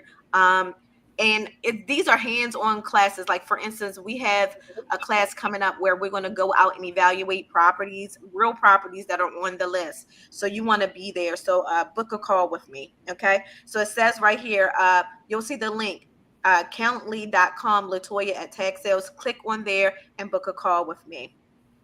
India is a tax sale university member. For all tax sale university members, if I've taught you and you're coming back and you're like, I want to prepare, I want a refresher for the tax sale, you're going to receive an email. So make sure you look at your emails. You're going to receive an email, and this email is going to be a refresher course that's coming up to refresh you and get you ready for the auction that's coming up. And we're all going to work together this year, just like we did last year, but we're going to be a lot more hands-on. So feel free to wait for that email. So click the links. Like I said before, there are links in here. Click the links. We'll get you started. So let's keep on talking. I mean, Robert, how did you get involved in tax sales? So like I said before, I was trying to put some of my property on some land. So I have trucks and stuff like that. So I wanted to, build a fence around something. So Donnie was saying, man, why don't you just go ahead and get some out of the tax lien auction? So I said, yeah, let's do that. And that's what we did. And I purchased, 6 lots? You bought a tax lien certificate on a whole block. A whole block, wow. Right? A whole block, and we're actually closing on it now. So that's how I really got into this. That is awesome. Go back over there. You said a tax lien certificate for what? A whole block. For a whole block. A whole block. It's a whole block. That's a vacant lot. Yep. How much you pay, Rob? Yep. How much you pay? $608, I believe. $608. How many people got $608 on their credit card? Everybody, probably. $608. We're gonna charge it. Wow. Wow. $608. Yes. Got to be kidding. That is amazing. We didn't say the best part. We didn't say the best part. We say the best part for last. It was $608, and it's the same certificate or same property owner paid $35,000 for this property 5 years ago. Cash. Cash. Wow. Right. Cash. Not credit, cash. Wow. Cash. So, so if they saw value in it, when I did the research and I did my due diligence and me and Rob looked at it, I saw value in it. I said, hey, they paid $35,000 for it almost 5 or 6 years ago. So if they paid $35,000, they had a plan. Yes. They had a plan. So your $608, you got one. You gonna get your money back, or you gonna get something that you can develop that face value. What I'm looking at, $35,000. Yes, absolutely, absolutely. And me and Coach went over that. This is one of our techniques in the Tax Sale University. It's called finding out anomalies. That means properties that don't fit the bill. Don't go too deep. I don't go too deep. I won't go too deep. I know you hot. I'm hot. I don't want to go too deep, y'all. Hey, you burning up over there, brother. I don't want to get too much. I don't want to get too much. You burning up over there, sir. Yeah, she don't want Yeah. to. So let's go back over that so people will know, because $600 for a tax lien for a block. A block. $600. We purchased two of them. We purchased two of them. We purchased two. One. What was the other one, Rob? 800? No, it's about $620, something like that. And that was in your zip code, Dr. Kevin. That's in 21215. And the true story. 2 lots down, they just built a new build construction for $350,000. Come on now. 2 lots down, they built a new construction. It's on the MLS. The listing service right now, advertised for sale for $350. 1,300 square feet. Little house. Kidding. 1 level, little house. They just developed it. I drove by and I saw it. True story. And 2 lots down. Wow. And you got your land through tax sales. You're getting it for $600. $600. Who doesn't have $600? Yeah, and I would just tell the people, you don't have to live in Maryland to do this. You can do this from anywhere. Come on. Anywhere. Do it from anywhere, and a lot of people I know that's from New York. I know a lot of people in Atlanta. And I sent the thing out tonight to them so they could watch it, right? And I want them to know you don't have to be here in Maryland, but you can invest in Maryland too. But you can invest everywhere. It's just not the only place. This is not the only place. And with the coach, and the coach can help, and we got something good going on here. We're gonna make some great things happen. Yes, that's what's most important. We gotta help the community out, and that's what we're gonna do. Yeah, we're at the right place at the right time. I went down and looked on the other side. I look at the zoning map. Baltimore City owns hundreds of lots on the opposite side of Marbury Street. Hundreds of them. Vacant lots, undeveloped. Mayor City of Baltimore. No plan. Right next to the bio district of the University of Maryland. Right next door. Right on the outskirts of Martin Luther King Boulevard. All of that is prime real estate for development, and all that is zoned multi-family residential build. All of it down there. I think it's zoned. I think it's either R7 R8 or R7, but all that is down there. So they own all. They're taking back all. The city of Baltimore is taking all of these lots and just buying them up because people are not buying them, and they're just not buying them. So if you are an investor and you want a great return on your investment, a secure investment at 18%, annual interest rate, which you can't get nowhere, you need to be in the place of tax sale. You need to be in the tax lien certificate space. You need to be here. Yeah, definitely. And the great part about Maryland, even though Baltimore City is where they have like the most properties that are available, let me tell you something. When you look at that list, your mind is going to be like, oh my goodness. I'm talking about millions of dollars worth of properties batched off 8 different batches. And I'll train you all of that. Millions of properties that are available for you. But that's just for Baltimore City. There are 22 counties that actually participate in tax sales in Maryland. And they're having their auctions as well, and I'll train you on that as well. So this is a time for you to come in to learn tax sales. You actually heard Robert, $600 for a lot for the block. Now let's get back to Donnie. Donnie, when you were talking about, let's get back to the family, multifamily housing, the affordable housing. Okay. And I love the model that you brought, so are you planning on doing that also with the property that Robert bought for $600? The property that Robert bought for $600, I think by right. I believe we can get 6 units on it. When I say by right, I mean the zoning requirements allows us to put 6 units on it. So let me put that in perspective for you, for everybody on the call, because I mean this is about to give you the play. Not going to give you a whole lot of, not the game that Latoya says I can't give, but I'm gonna give you the actual sauce. Okay. Now, if you put 6 units in Baltimore City, and you do an average of 6 units, let's just say the gross rents on them going to be about $11,700. You can divide that by 6, and you can come out with the average rental rates that we're going to do. We're going to do 2 bedrooms, 1 bath units. Okay, 2 bedroom, 1 bath units. The annual gross rent is going to be $140,400. We got a little bit of operating expenses.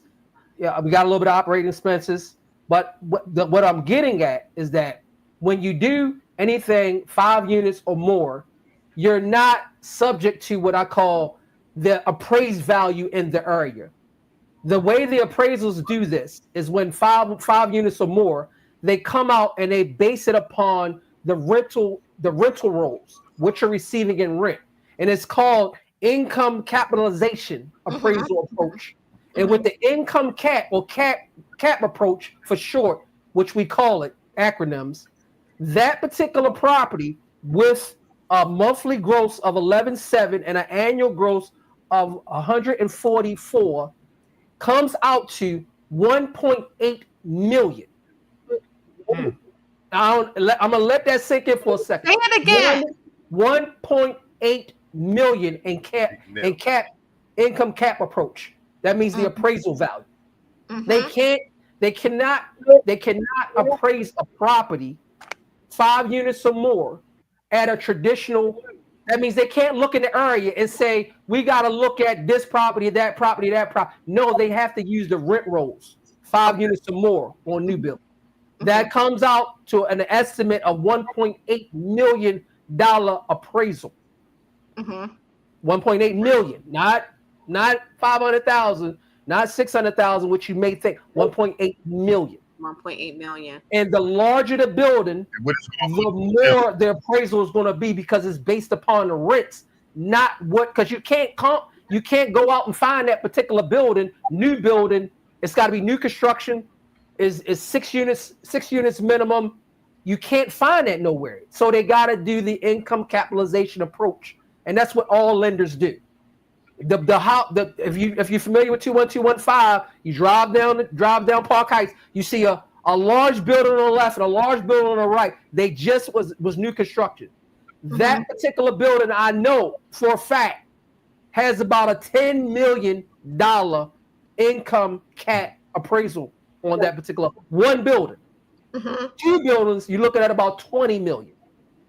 Don't know what the rough construction costs, but what I can tell you is this: Baltimore City sold that particular ground for about $280,000. It was almost an acre. They let it go for $280,000. They owned it.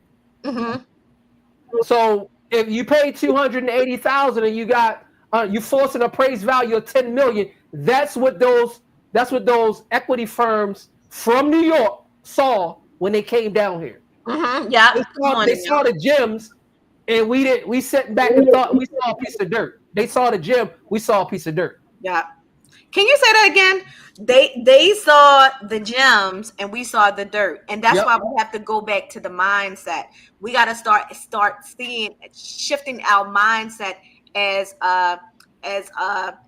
real estate investors, savvy real estate investors. And that's why it's important for people like you and me and other people to come together, put our minds together, give the people the information so that they can have foresight, so that they can see that it's not just dirt. That right there is legacy. Correct. That's right. That's powerful. That's powerful. Right. Yes. That's those 2 buildings right there The one on the left, I know it has about maybe 80 units in it. The one on the right has about 80 units in it. It has elevators in it. I mean, you're talking like, I mean, these are just some legacy builders right here. You know, so once they saw that, so I did some research and I looked up the company. The company's from New York. They're probably a private equity firm from downtown, and Rob can testify anything downtown New York. They have some money. The people had money to invest. They have money. They had reserve to invest, and they came all the way from New York to put their money in the Baltimore City, in the 21215. That's what they did. They saw value. They saw value. And Yeah, that's what we have to get back into. We have to start seeing the value in our communities, because if we don't see the value, what's going to happen is people are going to come in. They're going to see the value. You're going to be booted out, and you'll be looking like, I was just, I had my hands on that, and then it's not yours anymore. So we got to start learning how to see the value in it. It's not just dirt. Just think about that. I like that slogan. It's not just dirt, it's legacy. It's not just dirt, it's legacy. And you're right, Michelle. It is at Park Heights and Woodland Avenue. Yeah, that's what I was going to say. There's like one on one side of the street and another one on the other side of the street. They just built it. And if you look at it too, Michelle, it's 3 or 4 big parcel lots in back of there, owned by the city of Baltimore.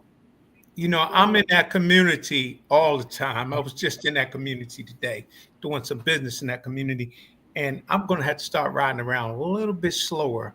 I go in the 21215. That's this call. Yes, you do. Exactly. Those, I mean, if the New York firm saw value in it, us as like Latoya said, us as savvy investors, we have to see the value, and we have to see the value. We have to see the hidden gems. Yeah. You can't just look at it like a dilapidated house or a dilapidated, strung out piece of ground with trash over it. This can change. If you develop it, it can change. It doesn't have to stay that way. Wow, that's right. And I love it because we have proof. I have proof of tax sales. I've been doing it for 23 years. I can tell all types of stories of how people purchase properties for $600, for $500, for $1,500, for $1,000, for $2,000, for $3,000, and got exponential returns. Tonight we have 2 people on the line. He bought a block for $600. $600. And why? Because he's not looking at it as dirt.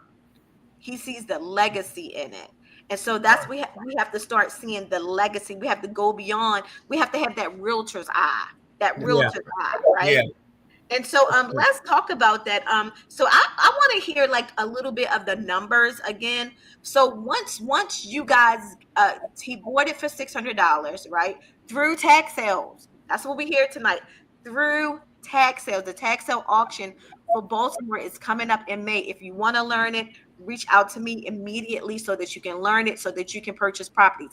All types of properties, storefronts, churches, all types of properties, buildings, restaurants, all types of properties sitting there waiting for you to come along and to purchase it for pennies on the dollar. You don't need a credit score. And guess what? When you get it through tax sales, if there is a mortgage on the property, it is wiped away. It is expunged.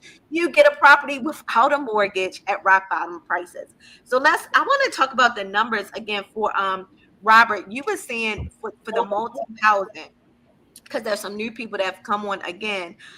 Before we even get into the numbers, let's go back to Donnie when you were talking about your vision for the multi-housing. Let's talk about that vision again, because that vision resonates with me, because you were saying that there's a lot of people that need. So you doing multi-housing is going to be a win-win for our communities and a win-win for investors. So let's talk about that. Okay, well, I mean, basically, I mean, two things. I mean, if you're investing, you're looking at the asset as a whole. Does it cash flow, and does it have equity? So you're looking at those two avenues. So my theory behind it and where I'm looking at it, and me and Rob's business model is looking at it.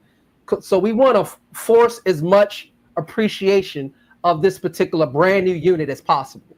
So the only way when I looked at the calculation, in order to get the top of the value of the market, it had to be built from ground up, new build construction, because that's going to allow me to be able to go to the appraisers or any bank and say, this is a brand new building, not a rehab, rehash, redone type of unit. This is a new building. So I'm forcing the appreciation into the particular building by adding amenities. It's going to be 2-bedroom, 2-bath, and it's not going to be a traditional run-of-the-mill. It's going to have recessed lighting. It's going to have quartz countertops. It's going to have, plank flooring. It's going to have amenities that you would get in a different type of area or a different type of zone. So everybody's going to be attracted to it. So now when the appraiser comes and he does the appraisal, I get the top of the market. Matter of fact, I get above top of the market because he can't comp it to anything else. He has to give me over and above and maybe even add 20% to my appraised value because he can't find the numbers. He has to give it to me. He cannot give me rehab numbers. He cannot give me recently renovated numbers. I have to get new build construction, and that's going to be top of the top of the top of the market. I'm gonna probably be at number one with that particular unit. And then as we start doing those, we get what we call a track record. That means that they have to use our appraised values with everything else we build down the line. So now that solves the equity portion. Now for cash flow. Every investor that invests in an asset wants stable cash flow. They don't want vacancies to be out of control where they can't rent the unit out. The last thing a person or a landlord wants is to have a unit vacant. They want it occupied 100% of the time. And what's the best way to get it? To get government funding. Think of it like this. The government is not running out of money no time soon. No matter what the media tells you. They will print more. That's it. Full stop. They will print more. So these programs are funded, and they are for people who are in need an affordable situation. So women, battered women, Section 8, all these sorts of programs for the elderly. The list goes on and on. It's about several different programs that are out here that have vouchers that these people are enrolled in. So we need stable income. We need income to come in with little to no vacancy, with a high surplus of waiting lists for people that are standing by waiting for our units to be fully constructed. Wouldn't you like to have a waiting list if you're a landlord? That's a landlord's dream. Yeah. You want a waiting list where candidates are ready and willing to rent and not have to, up and down rent. It's not rented for 4 days and 4 months, then it's rented for 6 months. Then it's not rented for 3 months, then it's rented for 2 months. We want stable.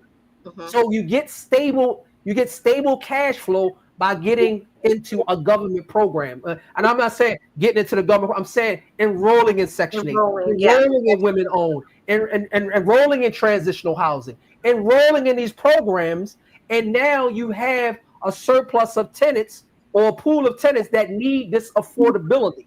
And they're waiting, and then when you start doing multiple properties, the name starts ringing in the community. They have the housing and units available, and every program director starts calling you. They start ringing your phone. Hey, Don, I know you got. I got 20 people that need to be enrolled. Or I got 10 people over here. You start getting emails from the people. They want to keep in contact because you're making their job easy. But the affordability factor, we need to have this affordability. We cannot gentrify the whole area and move all the people out. They need to have something called home where they grew up at. They can't be moved out and moved everywhere. People do not like displacement like that. They want to be able to have roots and say, I grew up in that area. Some people from Pimlico, Garrison, things of that sort, they know these areas. They want to live there. They don't want to be pushed out by high property values where they can't afford them. Yes. And we can build up these areas. And that's why we were saying tonight, like the theme is buy back the block. You can buy back the block. I have one pastor that came to me 3 years ago. He came to me. No, I'm sorry. Now it's been 4. He came to me 4 years ago. 4 years ago, we worked. We initially started with one property.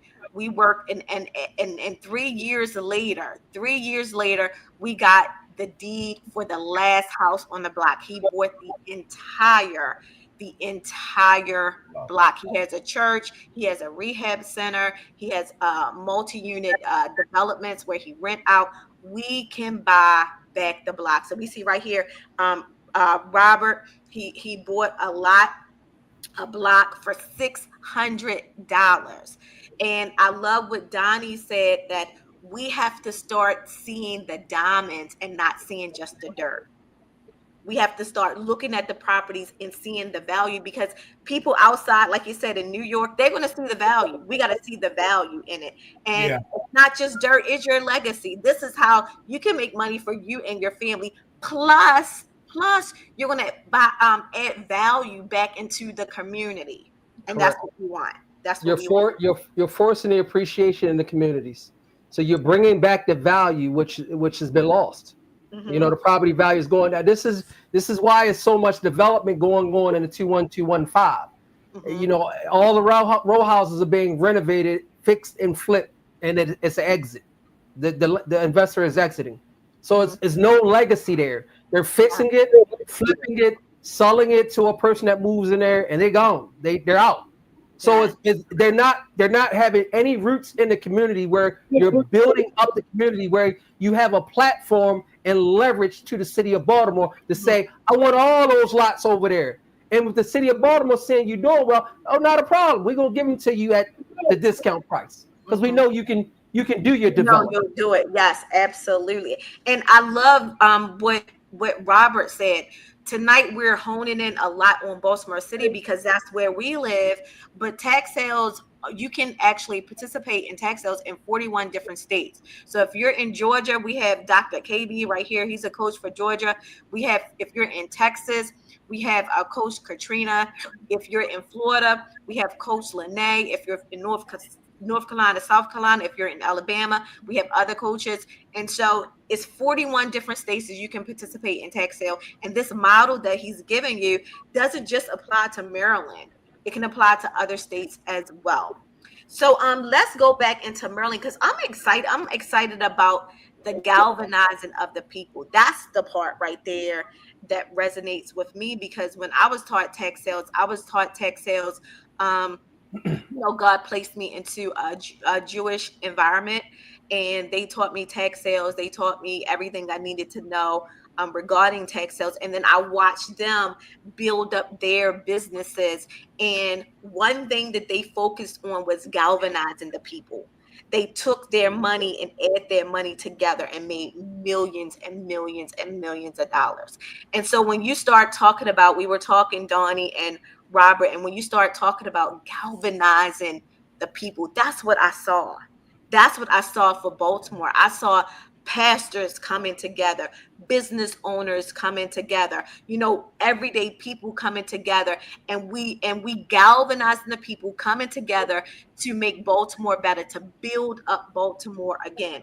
And when we talk about building up Baltimore, when you build up the properties and you build up the areas and you bring value to the areas, then it cuts down on a lot of other things. Yes, it does. It cuts down tremendously. I mean, because you're bringing hope to the area. You're bringing. I mean, let's just say Miss Annie over there has her house over there, and it's not in a really, really great neighborhood, and development is going all around where Miss Annie is at. What happens with Miss Annie property is that it was probably worth maybe $50,000-$60,000. Miss Annie property goes up in value. So Miss Annie now has equity. She has wealth. I mean, she has something to tap into. Before, she didn't care nothing about the property. She has something to leave to her grandkids, or has something to leave to her son and her daughter that may be worth $200,000 or $300,000 down the road, because the development went on in the area and it forced the appreciation into the area. Yeah. So that's what we force an and when you bring this particular business model to the area, you like you say, you galvanize the people, because the people see hope. They see construction going on. They see construction going on next door, down the street, around here. They see the sidewalks. They see the grass. They see the open parks and stuff getting made. They see these things happen, and they say, "Wow, now I really want to stay here. I don't want to go nowhere. I want to stay right in this neighborhood. Before I didn't want to live here. Now I want to live here." Come on now. You know what? I'm just going to say this because we talk in business or whatever, but the prophetic comes over again. But I feel like, and what you saying with you saying that we're going to break systems. Correct. We're going to break systems, right. And when it says the weapons, when it says that what is the scripture? I'm my mind now. I'm trying to switch over, but we wrestle not against flesh and blood, but against principalities. And so when we're talking about going in, galvanizing the people, and we're talking about building up the blocks, there are going to be some systems that we're going to break. So we're going to be doing some great things to happen. To help the people out in the natural, but also it's going to have some spiritual ramifications as well. So I just wanted to say that real quick. So let's get back to this. So when we galvanize the people and we all come together, and now people listen to this. Tax sale auction coming up in May. Reach out to me. Learn how to do it. Learn how to do it correctly. We have Robert who got a lot for $600 for a block, right?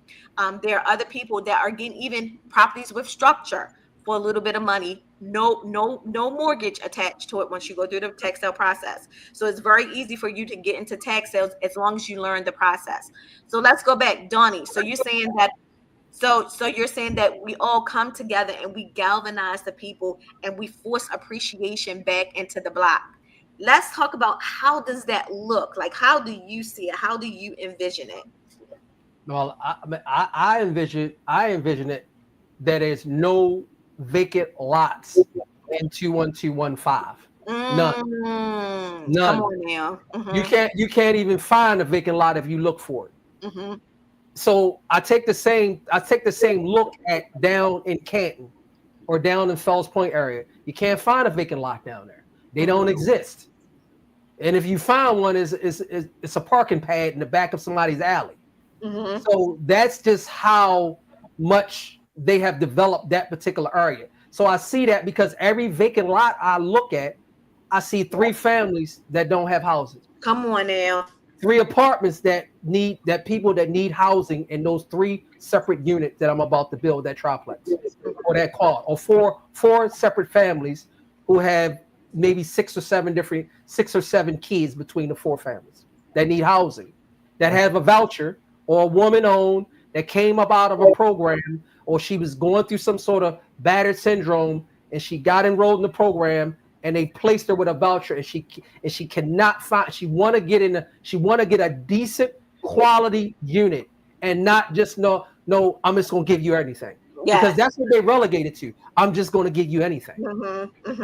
So think about this, some of the houses that we're in I live in one, Mr. Barber live in one, Latoya live in one.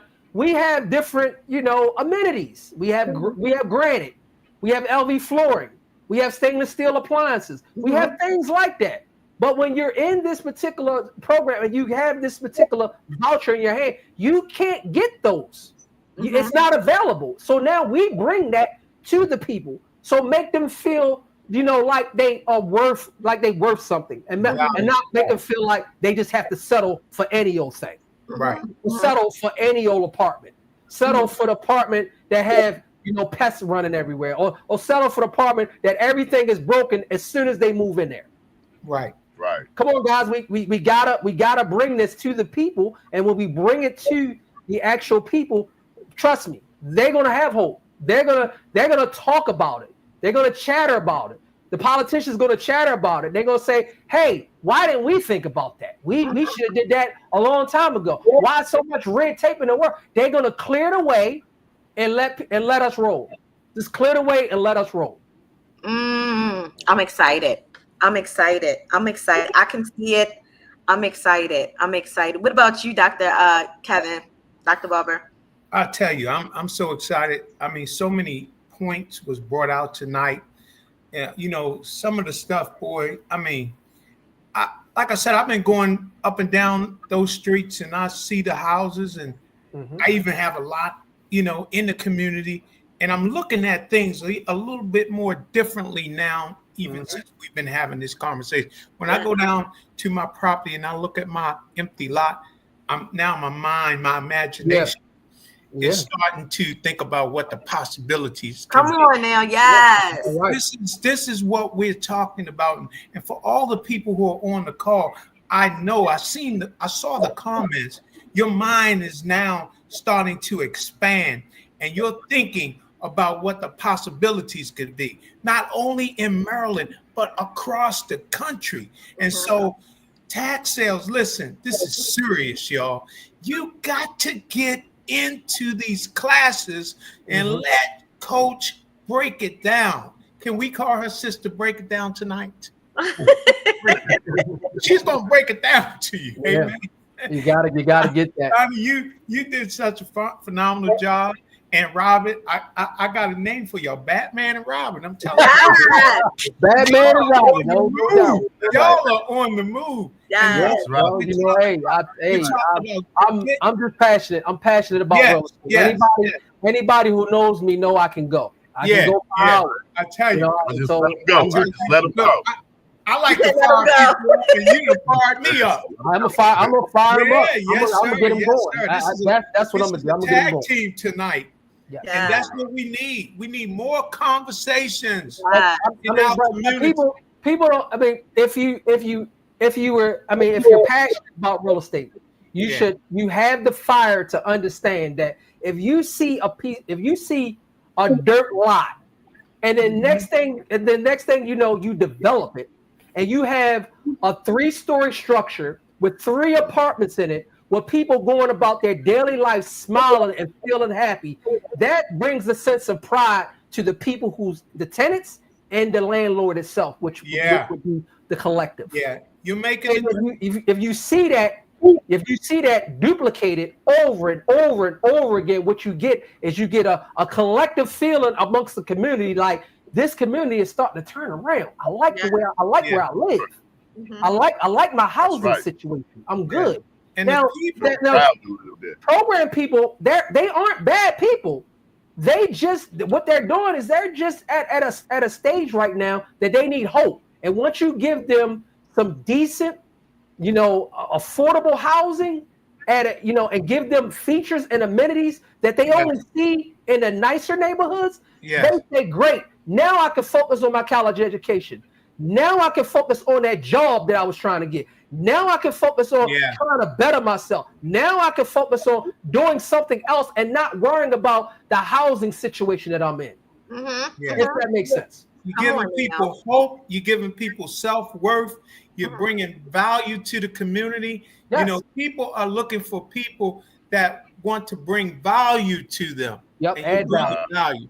Yeah, you're adding value. I say this. You all have gotten the properties at tax sales. You have the documentation. Documentation beats conversation any day. The proof is in the pudding. Yes. You all are doing it, and we are doing it together as a team. And that's what it's about. It's about galvanizing, getting everybody together, and getting everybody on the same page. Correct. When we get on the same page and we become one mind, there's nothing we cannot achieve. That right there. Man. We got 5 fingers on his hand. As we close the hand, we make a fist. We become a collective. Push forward. Everybody has to have the same mindset. Yes. We have to have like-mindedness. Everybody has to be on the same page, and we have to all be moving in the same direction. Yeah, think about, exactly. University is where you're going to get your education. Yeah. You need your education. You need to learn. You need to learn about this, because we gave you some gems on the call tonight. Yes. We showed you. You opened the door, pulled the covers back, let you see under the seats. What we're doing, how we actually moving. Yeah. But you need to have information. Yeah. Information is the key. And you have to get this from knowledgeable people. Yeah. You can't try to go scrape it. You can't try to just go, fall into it, because like I say, I spent about $50,000 on my education, and that what Coach is charging is not even equivalent to your Comcast or Xfinity bill. Yeah. So you can pay for that and get into class and learn and understand the process, and then just try to digest as much as you can from her when she's giving the class, because she's a hands-on, thorough type of teacher, and she goes step by step and not real fast. She goes real slow. Yes. So get in the class, get the information, and get to the sale in this upcoming May. Yes, absolutely. Now, there's a Greek word. It's like a lady's name. It's called Sophia, and it means wisdom. Okay. Correct. We have a coach here that has the wisdom. She has the insight. Right.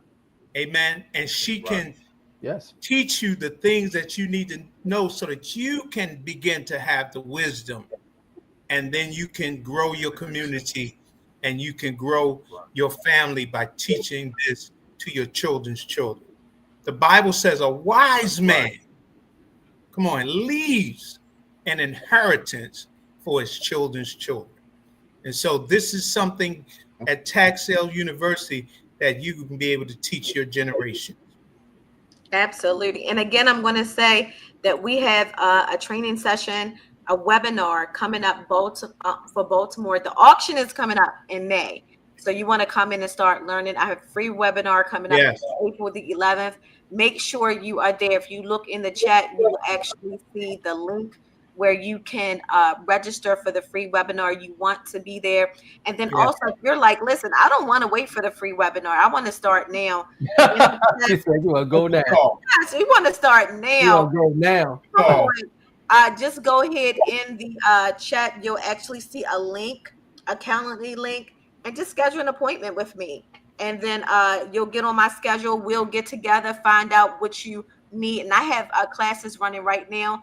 You'll be able to start immediately and start learning, because like I said before, the auction is coming up in May. The auction is coming up in May. And so I want to teach you as much as possible.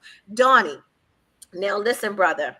We got to get together because we're talking about galvanizing the people. So we got to do a part 2. We got to get together and talk about how that galvanizing look, how we can, work together. You, me, coach, all of us, how we can work together and do what you're saying to do with this multi housing, how we can do that. So we got to develop a part 2. And I would like for us to meet, some key people, like for us to all meet together. So like it could be me, you, Donnie, Dr.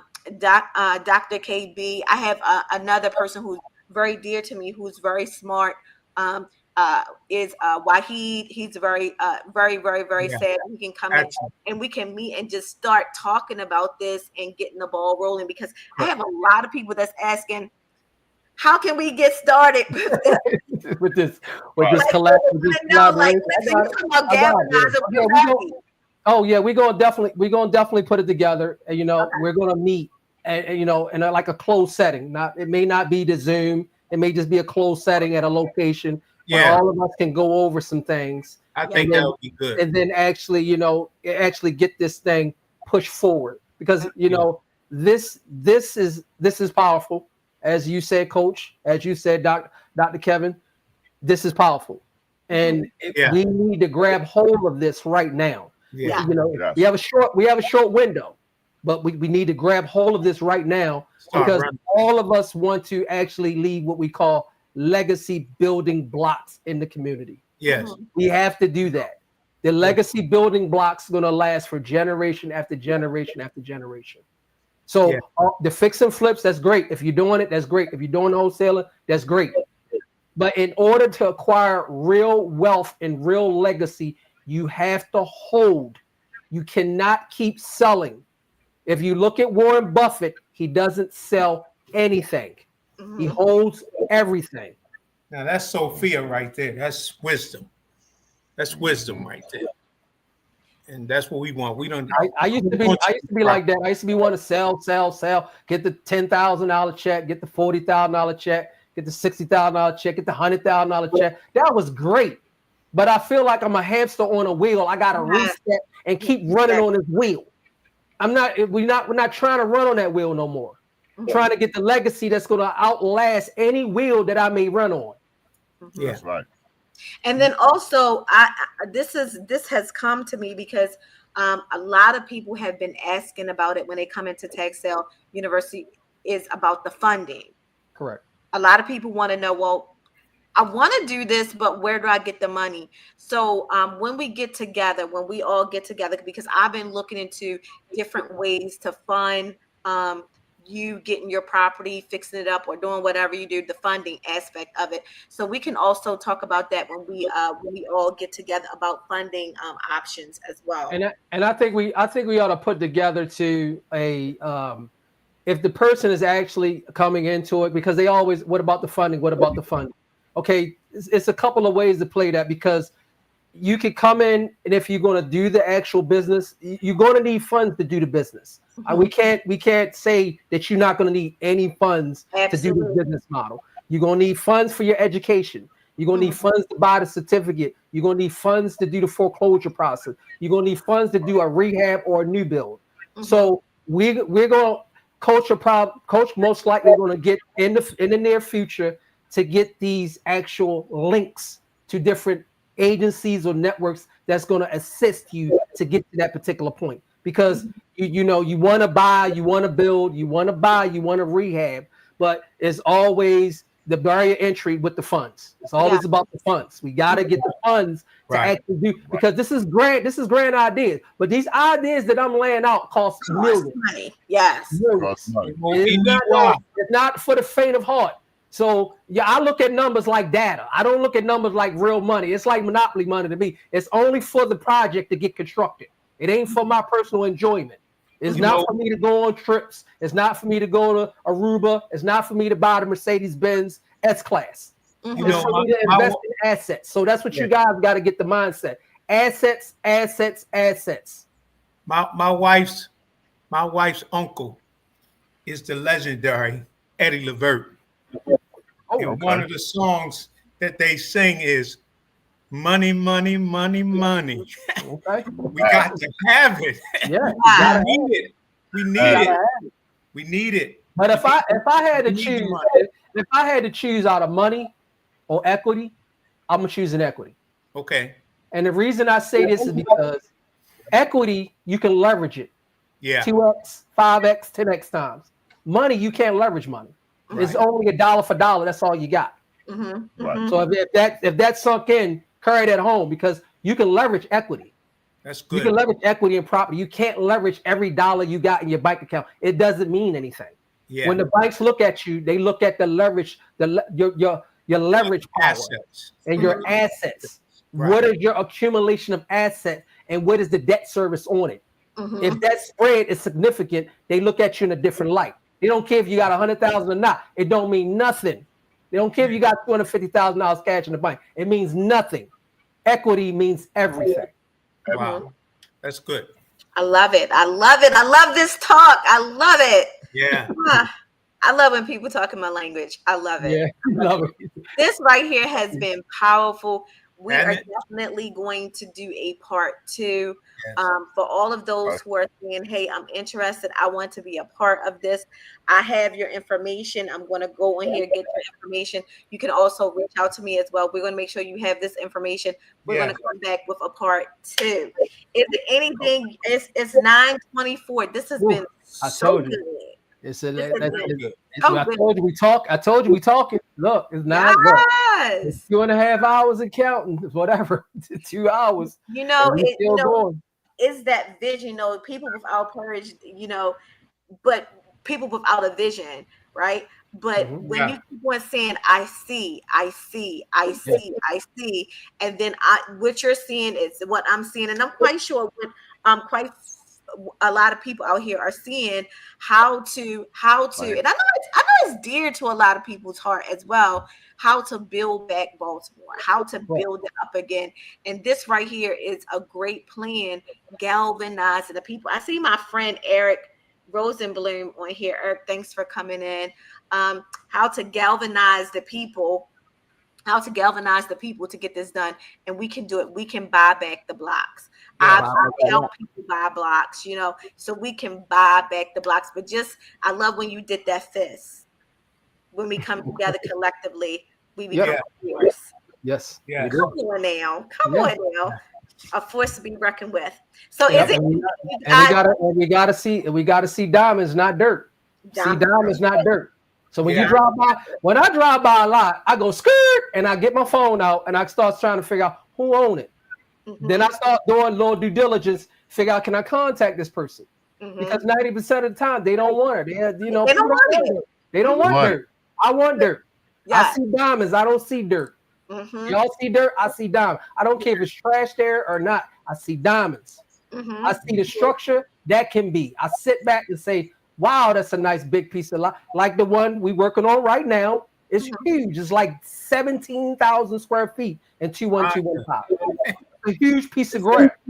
That's amazing. That is awesome. And how much did you guys purchase that land for? That one, I think it's all in right now. I think it's about 8,000 or 9,000. But again, that's another one of those creative ways that we did due diligence and we found out there's a lot more money paid on it over the last 7 years, and that, you know, it's just a lot going on. So we're in the process of foreclosing right now. Yeah, come on. And we didn't even get to, I mean, this is more of an advanced strategy. You're going to learn about the tax sale, but Coach has a really, really deep dive into it if you really want to be a tax sale savant.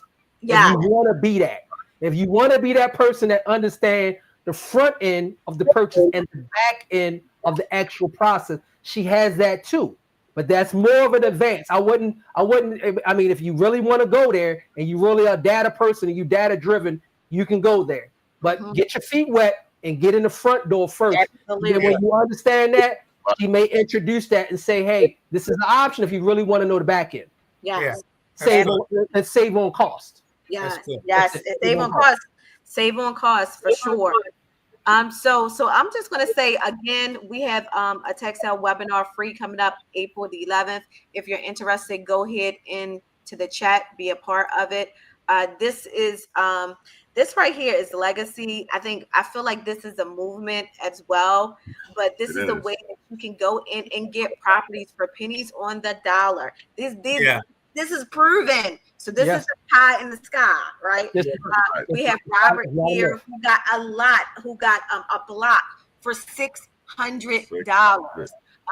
I have clients who have purchased properties with a home on it for $600, $500, $1,500, $2,000. You can do it. It's available. The auction is coming up in May. So you want to start learning the process now. If you want to start learning, look in the link, give me a call, book a call with me. I will walk you through it because our vision is for you to buy back the block and I love what you say, force equity into our communities. Correct. Yeah, that's what. Come on now, that's power. Force equity into our communities. Yes, we need that. We gotta force it. We gotta force it back in the community by building. You force it back by building and renovating. You force it right back in the community. It's been gone for so long. The community is starving. It's like, okay, we need to take back the block, force the equity or force appreciation into the community. Yes. I remember, just to make a long story short, just so that you can see why we connected. I remember 21215, the Ricestown area, over there it's like a McDonald's. Yes. And then right down there, it's like Garrison. Correct. So we used to hang in that area when I was growing up. Rogers Avenue area. I understand. Yes, right there in that area. And actually, I went to Forest Park High School. Okay, that's down the street. Yep. That's down the street, right? So that area I know all too well. Now, at some point, we moved further out into the county, and our lives changed, and but I always felt like a calling to go back. Yeah, it's like home. It feels like home when you go there. Yes, when you drive down there, you remember walking down the sidewalk. You remember I was on that street. I remember, I used to be a store right here. You remember those memories. So it Yes, feels like doing yours. stuff you don't got no business doing. Yeah, you feel like you ain't got no business doing that. You wasn't supposed to be by the 5 Mile house. Get away from there now. Stop playing. Exactly. Go play over there. Yes, You don't walk exactly. down there. I remember Lake Trout. I don't know if you guys Yeah, remember. Lake Trout was there. That was the late night spot. You come out the club, you got to go get the Lake Trout. Stop playing. You got to go get that. But then they had Michael's carryout over there. That fish was this big, wrapped up in 15 pieces of aluminum foil. And that's all they gave you. No container, no nothing. A fish wrapped up in 5 pieces of aluminum foil and say, here you go. Take your hot sauce with you. There you go. Yes. And what about, do you remember Micah's carryout? Yeah. Micah's, yes. Yeah, all of us. Yep. I remember that. Soul food. Yes. Soul food. Yeah. Yes, and I feel like I feel a call to go back and to, like you said, to force equity into the communities, because when I drive down there now, in various places, yep. I see what you said. You know, we're our eyes will see dirt, right? Yep. We'll see dirt, but tonight our eyes have been opened, not to see dirt, but yeah. Correct. You're not looking at dirt no more, guys. You're looking at diamonds. I don't care how much weeds are growing up on that property. That's a lot. Mm-hmm. That's a lot. It may not look like a lot. It's a lot. Mm-hmm. And we have various systems, and coaches show you and tell you we have various systems to show you what you're looking at, actually looking at in real time, and your eyes doesn't fool you. So we show you lot lines. We show you what they look like. We have these systems. We don't just do this stuff blind. We just don't go out and throw a dart at the board. We throwing a dart at a bullseye.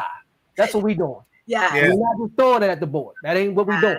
So if you understand that, it's calculated. It's I do due diligence. I do research. I have 3 screens. You can't see them. I got 3 screens in here of computers. 3 screens, 1, 2, and a third monitor. I got all of them going on tilt with Chat GPT in the background. So I'm doing research. I'm not. We're not playing with this. Come on, this is legacy. This is building legacy. This is you trying to break your cycle and trying to get out that 9-to-5 grind that you're so tired of going to. You want to be your own boss. You want to be your own. You want to be your own boss. You want to dictate your own hours. We can't get back time, people. This is going to give you back your time. Come on, now. That 9 to 5 is just over broke. J-O-B. Just over broke. Yep. Give you just enough money to pay your bills. That's it. Exactly. And so let's go. Listen. Let's go. I mean, we could talk for hours. We can go, but y'all got to get up off of the couch, sofa, get from in front of Facebook. You got to get up. You got to get on to this class now. You can't be sitting over here just, I'm gonna do it, and then you got to get there. You got to come. You got to take the first step. Yeah. Step through the door. Stop looking at the door. The door ain't gonna open unless you step up to it and turn the knob. Stop playing. What are y'all doing? Come on. These are things that only a select few know. Mm-hmm. Not everybody knows about these. They don't give you the game like that. I had to learn by a lot of trial and error, and ain't nobody give me game. I had to go out and create my own game. I had to go out and create my own templates, my own systems, my own marketing. I had to create all of that myself. Mm-hmm. Nobody gave it to me. But now with all the knowledge available, and you got the perfect mentor and coach right here that can give you this. You need to get up off of your behind. Sorry about my French. And take action. Take action. Yes, now. Not later, now, because there is tomorrow's not promised to us. Yes. We don't know we're gonna wake up tomorrow. But you need this knowledge now. You need to put this in your tool belt, your toolbox. Yes. Your toolbox so you can use it. Yes. And Donnie, how does that look? The dirt and the diamond, that's going to resonate with me for a while, because I already see it. Because every time I'm going down to the block and I see a vacant house, I'm going on there finding out who's the owner, what's this value, what's going on. That's just how my mind works. So I understand exactly. But it goes back to like what you see. I just see if once we start galvanizing the people, once we start educating them and enlightening them and giving them the tools and empower them, and we force equity back into the communities, I can see big change. I can see big change throughout the entire.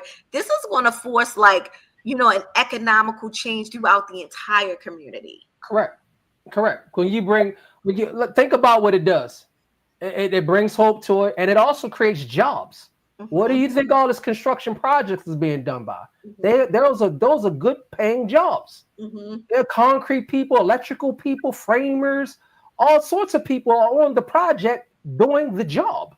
So you bringing back, you tackling a lot of different problems that politicians been trying to do for years in this particular community. They trying to give hope. They trying to bring jobs back.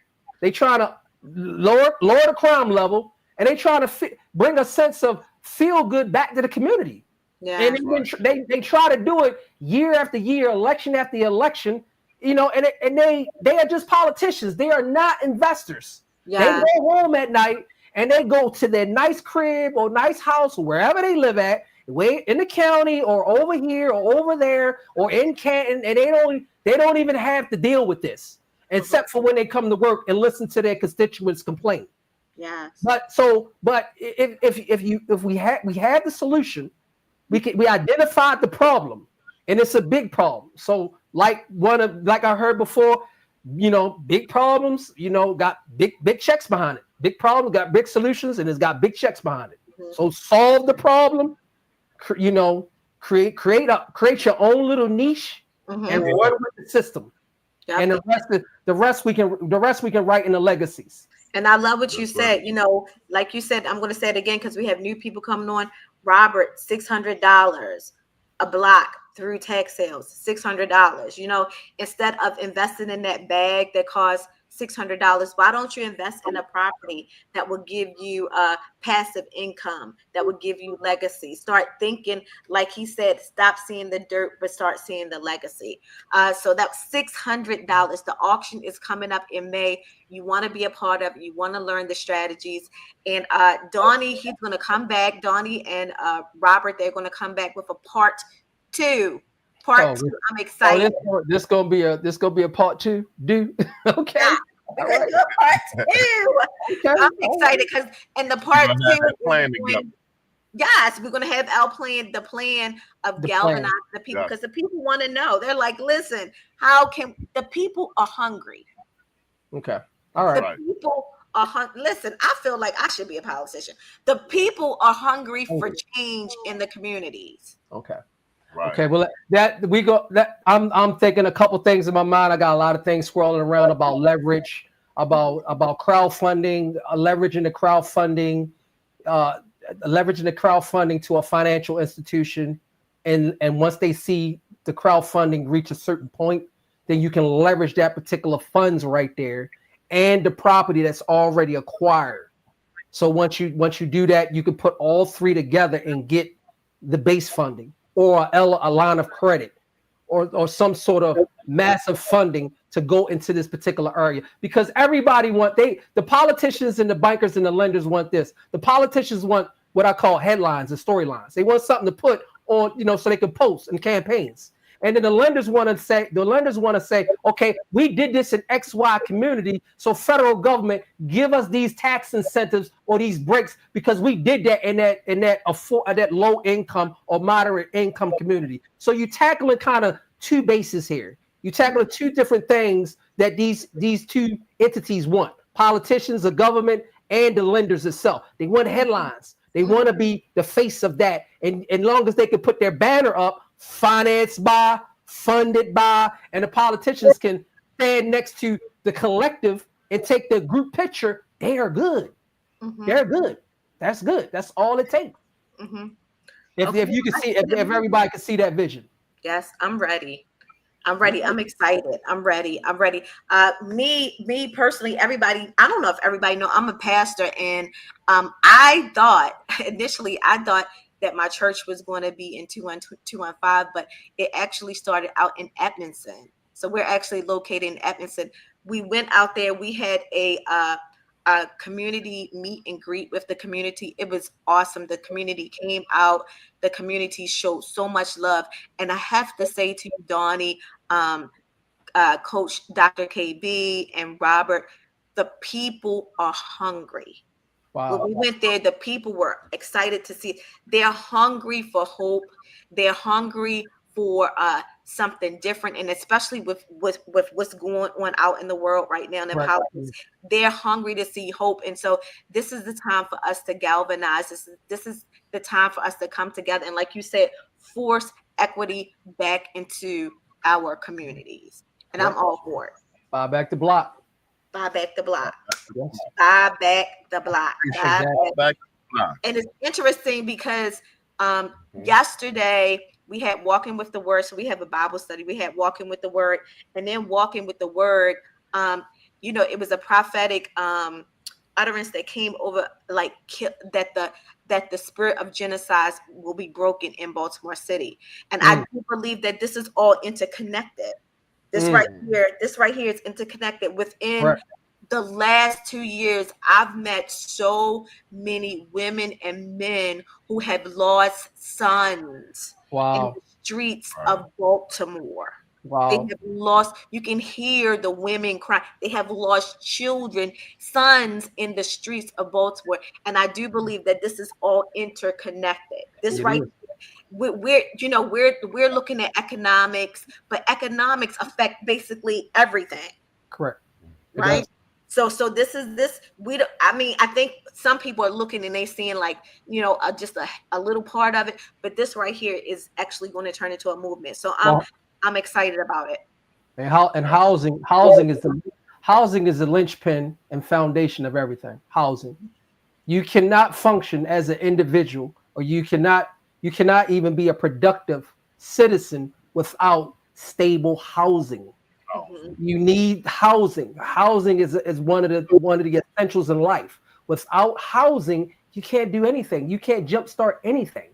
You need a residence to do anything. You need a residence to apply for jobs. You need a residence to fill out the application. You need a resident, and you need stable residents, not just run down, beat up, run-of-the-mill residents. We need to bring it back up to 2025 standards. The way they're living in Canton. The way they're living in Fells Point. So give them that, and everything else will materialize in their life. They can say, oh, now I can go and apply for that job because I got decent housing that's clean in a decent neighborhood. And I do think that also when you add the equity back, when you force the equity back into the community, what's going to happen is more resources. Correct. Going to come to that area. Are going to come to that area. Yes. So when we say more resources, that means like education, better education. That means that better information, how to use computers, how to write your resume, how to create businesses, how to become an entrepreneur, how to register your LLC. It's going to bring about more resources to the community. So I really do believe that this right here is a movement. We're going to have a part 2. You're going to come back. We're all going to meet. And I'm going to get the list of my people. You can get the list of your people. We're going to meet and we're going to get this done. Okay. We are. We definitely are. We definitely going to get it done. We definitely going to get it done, guys. So it's going to be a part 2. So stay tuned because we're going to do some great things. In the BBB, like who said that? Cynthia said BBB. Shout out to you, Cynthia. BBB, not the BBB, not the Better Business Bureau. The Buy Black the Block, not the BBB. We're gonna put that on the shirt. BBB. Like what's that? Buy Black the Block. Yes. Right. Oh my goodness, I'm loving it. We're gonna have hats. We're gonna have pins. We're gonna have slogans. And they're gonna say, "What are they? They really doing it?" Yes, we are doing it. We taking it one house at a time, one street at a time, one neighborhood at a time. We're not trying to do the whole neighborhood. We starting out small, get the momentum going, getting up, and then everything. Once you get momentum built up, everything kind of just moves forward in that direction. Yes, absolutely. Well, Mr. Kevin, you all right down there, Mr. Kevin? You sitting back, you right? Man, I'm taking it all in. Okay. That's all right. That's right. Okay, that's good. All right. Yes, so I'm excited. I see Wahid. Wahid, are you on the line? I see him out there. this is good information, right? This is good. Yeah, I see why right there. Yeah, I see why Yeah. right there. Wonderful. So why he chime in? Why he Just over broke. I got you. Why? That's exactly right. Job just over broke. Yeah. But, you know, but the thing that they don't tell us is that this. If you are a W-2 person, shout out to you. I'm not trying to pull you down. Do your job. Go there. Go to work. Do not quit your job. No, don't quit your job. Yeah, don't do that. Man, don't quit your job. Yeah, don't quit your job. Not yet. Black woman, you quit your do job. not quit your job. You need to use that W-2 to get to put yourself in a position to be the boss at the LLC. There you go. You need that. And then when that LLC starts generating income to the point that it surpasses your regular income, then you can start thinking about tweaking your hours. And if your boss don't like you, then you can resign because now you have replaced your income. But until you do that, do not quit your job. Okay. But the tax code, let me just touch on that because Rob and us, we go back and forth with this tax code, and we're not saying that you know you're doing a bad thing by working, but the tax code is geared for businesses. It is not, the loopholes are not beneficial to individuals. It is only beneficial to business owners. And the most single thing that they have on the tax schedule is depreciation. Depreciation. This particular thing is powerful. Depreciation allows you to have high income and low tax liability by depreciating assets. Hello, real estate.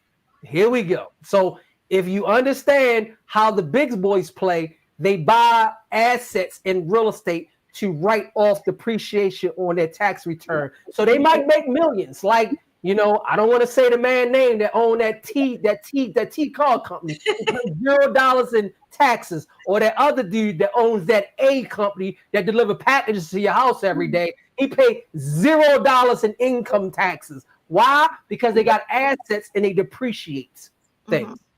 So it's a business. It's geared towards businesses, people. So you gotta have an LLC incorporated because you gotta have the loopholes working for you. Yes, dropping the gems, dropping the diamonds.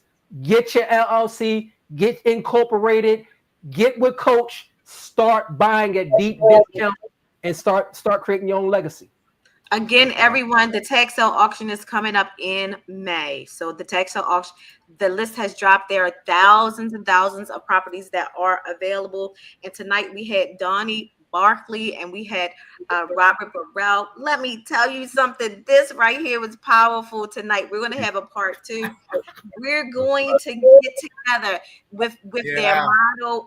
The theme is buy back the block. We're going to buy back the block. And how are we going to do that? We're going to force equity back into our communities. The 21215 area. Robert and Donnie, they actually purchased a block for $600. $600. Why? Because they chose not to see dirt, but they saw a legacy. And so we saw diamonds. Hey guys, I got my $600. I'm ready. You got it ready. You got it ready. Okay. You said 600? I got my 600. You said 600. I said 600. Rob said 600. We got the receipt. 600, Rob. I got my 600. I can go pull the file in the back of me. It's right there. Got about 10 up. The file in the back of me. I got a lot of them. I got a lot of them that I'm working. So we got a lot of properties right now. Yeah, got a lot of them I'm working. That is awesome. I'm excited. I'm excited about this. So we're going to do a part 2, everyone. If you have any comments, Wahid said most definitely some good information. Wahid, I want you to join us. Like I said, we're going to galvanize the people, and I want like people that really understand and they're thinkers and they're movers and shakers in the realm. Yeah, and the collective, the way we're going to formulate the collective, and if you're like-minded like myself, Coach, Dr. Kevin, and Robert, if you're like-minded like us and you see the vision and you understand what we're laying down right now, we're gonna have some information where the collective can come together as an organization to actually do this, 5 fingers, create a fist, and move forward. That's what we're gonna have. That's what we're gonna do. We're gonna do this, like I say, one street at a time, one block at a time. We're gonna take our time, and we're gonna get this thing built up to where it's a force where Baltimore City has to stand up and take notice. Say this BBB thing, it's where we need to be. This BBB thing is creating votes. This BBB thing is selling subscription. This BBB thing is big. So whoever got that BBB thing, we need to be a part of it as politicians. Yes.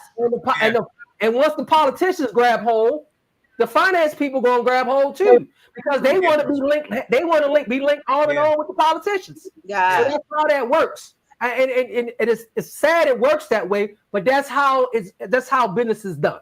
Yeah. So that's how it's done. I can't sugarcoat it, but that's how it's done. BBB. Come on, BBB.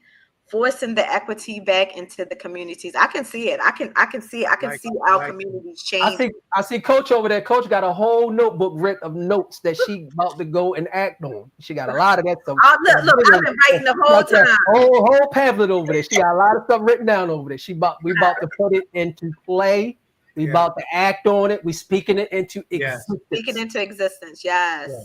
Come on now, that part. So everybody, is there anything else you want to say before we take off tonight?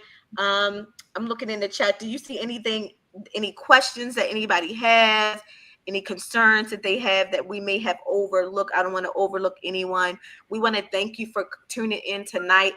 I know that if you've watched this entire live, I know that your investor eyes has been expanded. Yeah. And I do believe, and I've just been seeing, us buying back the block, buying back Baltimore City. And when Donnie and I started talking, he was talking the same language. And I was just like, and so I know that it's a divine connection. And so I'm ready. I am ready. Yeah. And I know that many of you on the line, you're ready. I've been out in the communities all this summer. I will be out in the communities working, tag sales, giving back to the community, giving resources to the community. I will be out working with the people, and the people are hungry for change. I'm going back to the areas where I came from. I came from 21215. I think we also lived, when I was really young, we lived on Salem Street, right? And oftentimes what will happen is we'll start off in these areas, then we'll go off and get an education, get a degree, start doing well, and then it's like, never give back. And never come back. Yes, but we need to come back. We need to come back. And then Dr. Kevin said something that I want to touch on. He said that the plans for the 21215 is coming. It's coming. Pimlico Racetrack renovation. It's coming. Retail businesses, all of that stuff is coming. With or without you. Yeah, with or without us, it's coming. Yeah. The private equity funds, they about to flood the zone down there. They're going to flood that West Baltimore district because they see opportunity. And where there's opportunity, they always understand there's gold at the end of the opportunity. So we're getting in front of this. Yeah. In front of the wave, in front of the curve.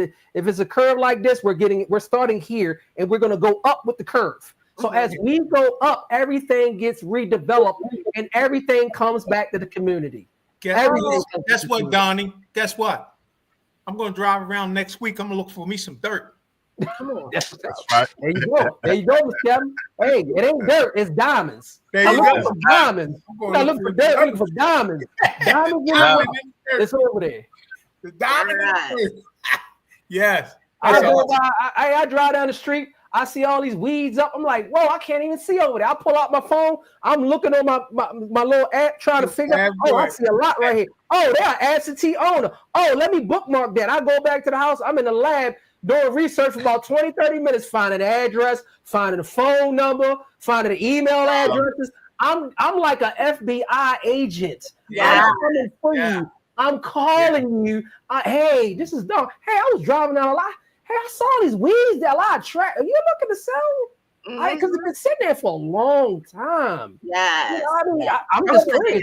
Not what part of the state you? Oh, I'm in Boston. How's the weather up there? Is it cold? Is it hot? Then I start going off into other things because I'm at the end. It's a negotiating tag. I'm circling back, and then I'm trying to establish rapport because they don't know me from Adam. Trying to get them to like me. Yeah. Once they like me, then I'm doing what I call setup.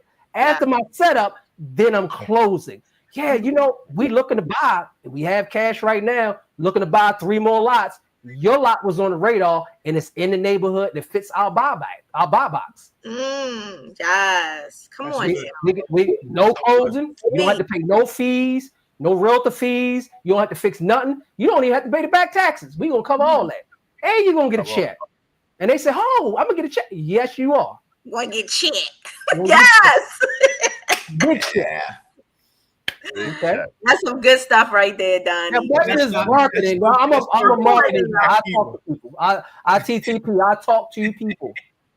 And you can see I'm a talker. So that's what it is. Yeah. Come on now. I'm excited. I got my eyes on a couple of properties I'm gonna bring to you when we talk whatever. But it's like two properties, and every time I go walking, these properties are screaming out at me.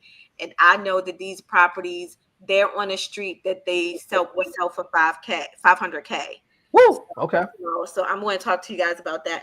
So yeah, we can set up a marketing campaign where we can touch them multiple times. Yeah. And, we touch them through mail, we touch them through text message, we touch them through, and I don't want to go too much into it because I might ramble and then it might go over top of your head, but you can have communication with the person who owns the property 4 different times, multiple over several months. So they're gonna know that we're here and we're raising our hand and we want to buy. So what that does, that leave a psychological imprint on their mind that, oh yeah, I'm looking to sell right now. And who do they call? They call you, or they call the phone number on the marketing material. Absolutely. That's just some high grade marketing tactics. But we'll get into more of that, and coach will guide you along, and we can collaborate on that, how you can set those systems on autopilot. Yes. Okay, I'm excited. About. I can see expansion. Awesome. So the tax sale auction is coming up again in May. So the tax sale auction is coming up in May. There is a tax sale free webinar April the 11th. In the chat is the link. Sign up for it. If you are already a Tax Sale University member, look in your email. We're going to have a refresher class. So the refresher class, we're going to go over everything from A to Z and prepare you for the auction that's coming up. So if you're a member, look at your emails. You're going to receive the email no later than Monday. You'll get the email, and we're going to refresh you and get you ready for this auction, get you prepared for the auction that's coming up. There are thousands of properties that are available. The tax sale list has dropped. Correct. So everyone, I want to say thank you, Donnie. This was excellent. Excellent. So we go, whew. Whew, Kevin, Rob. Hey, Rob, you bought the properties for $600. Can you let a brother hold something? Let him hold on something. Okay, I got you. Let me hold on something. I got you. Let's hold on something. Yeah. And Dr.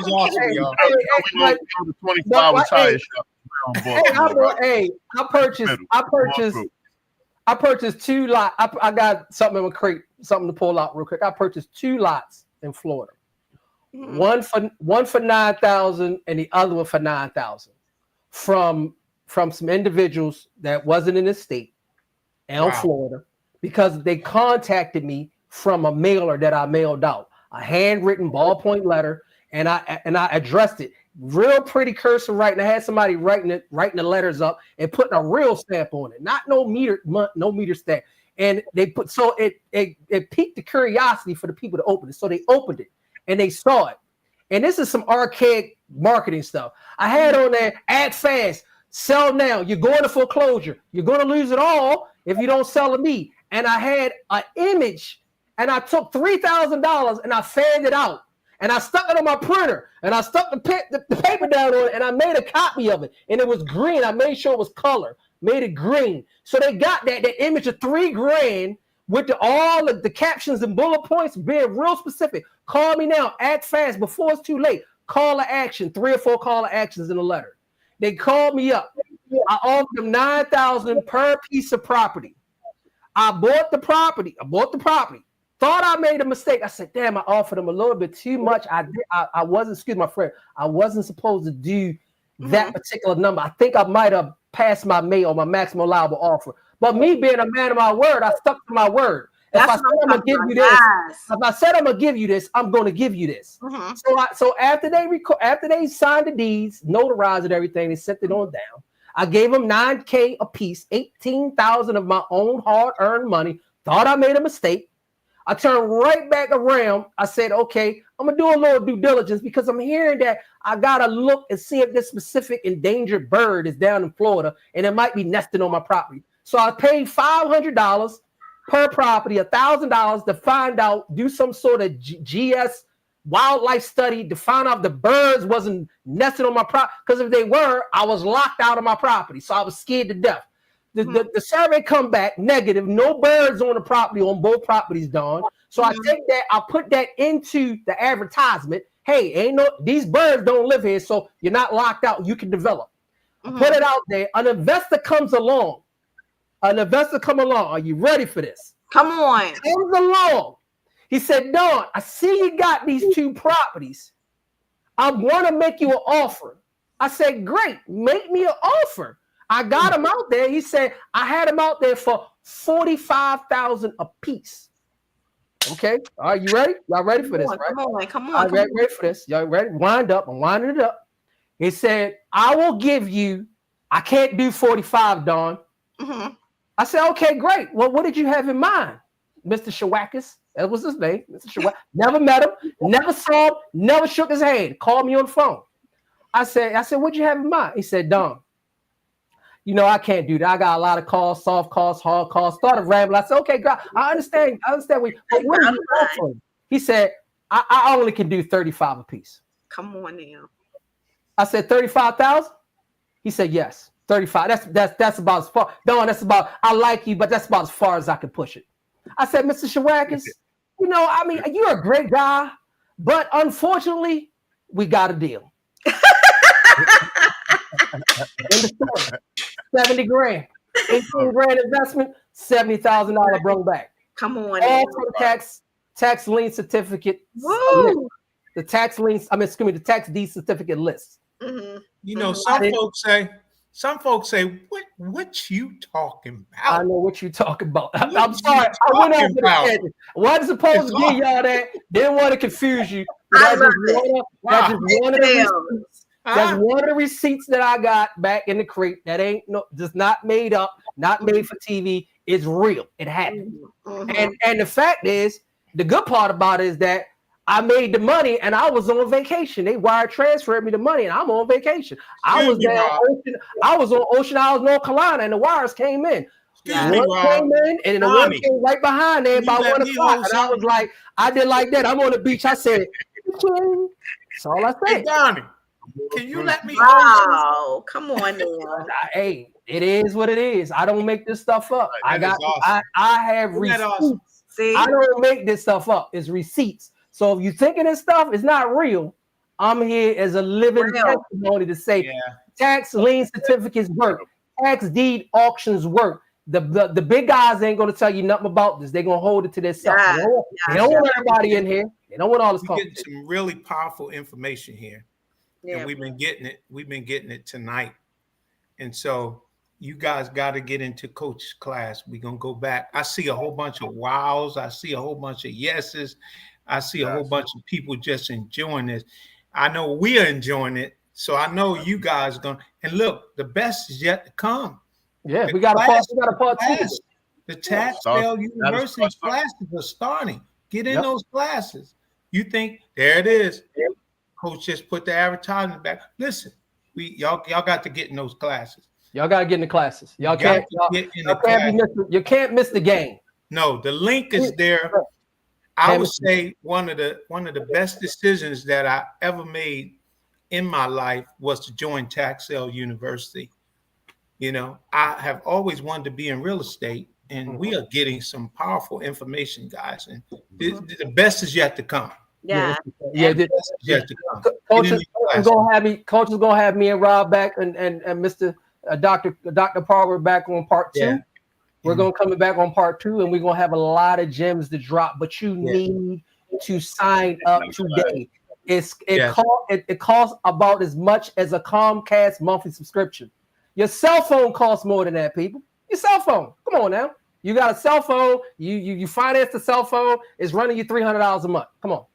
Sign up and get the information that's going to change your direction, how you move forward in 2025 and beyond. Yes.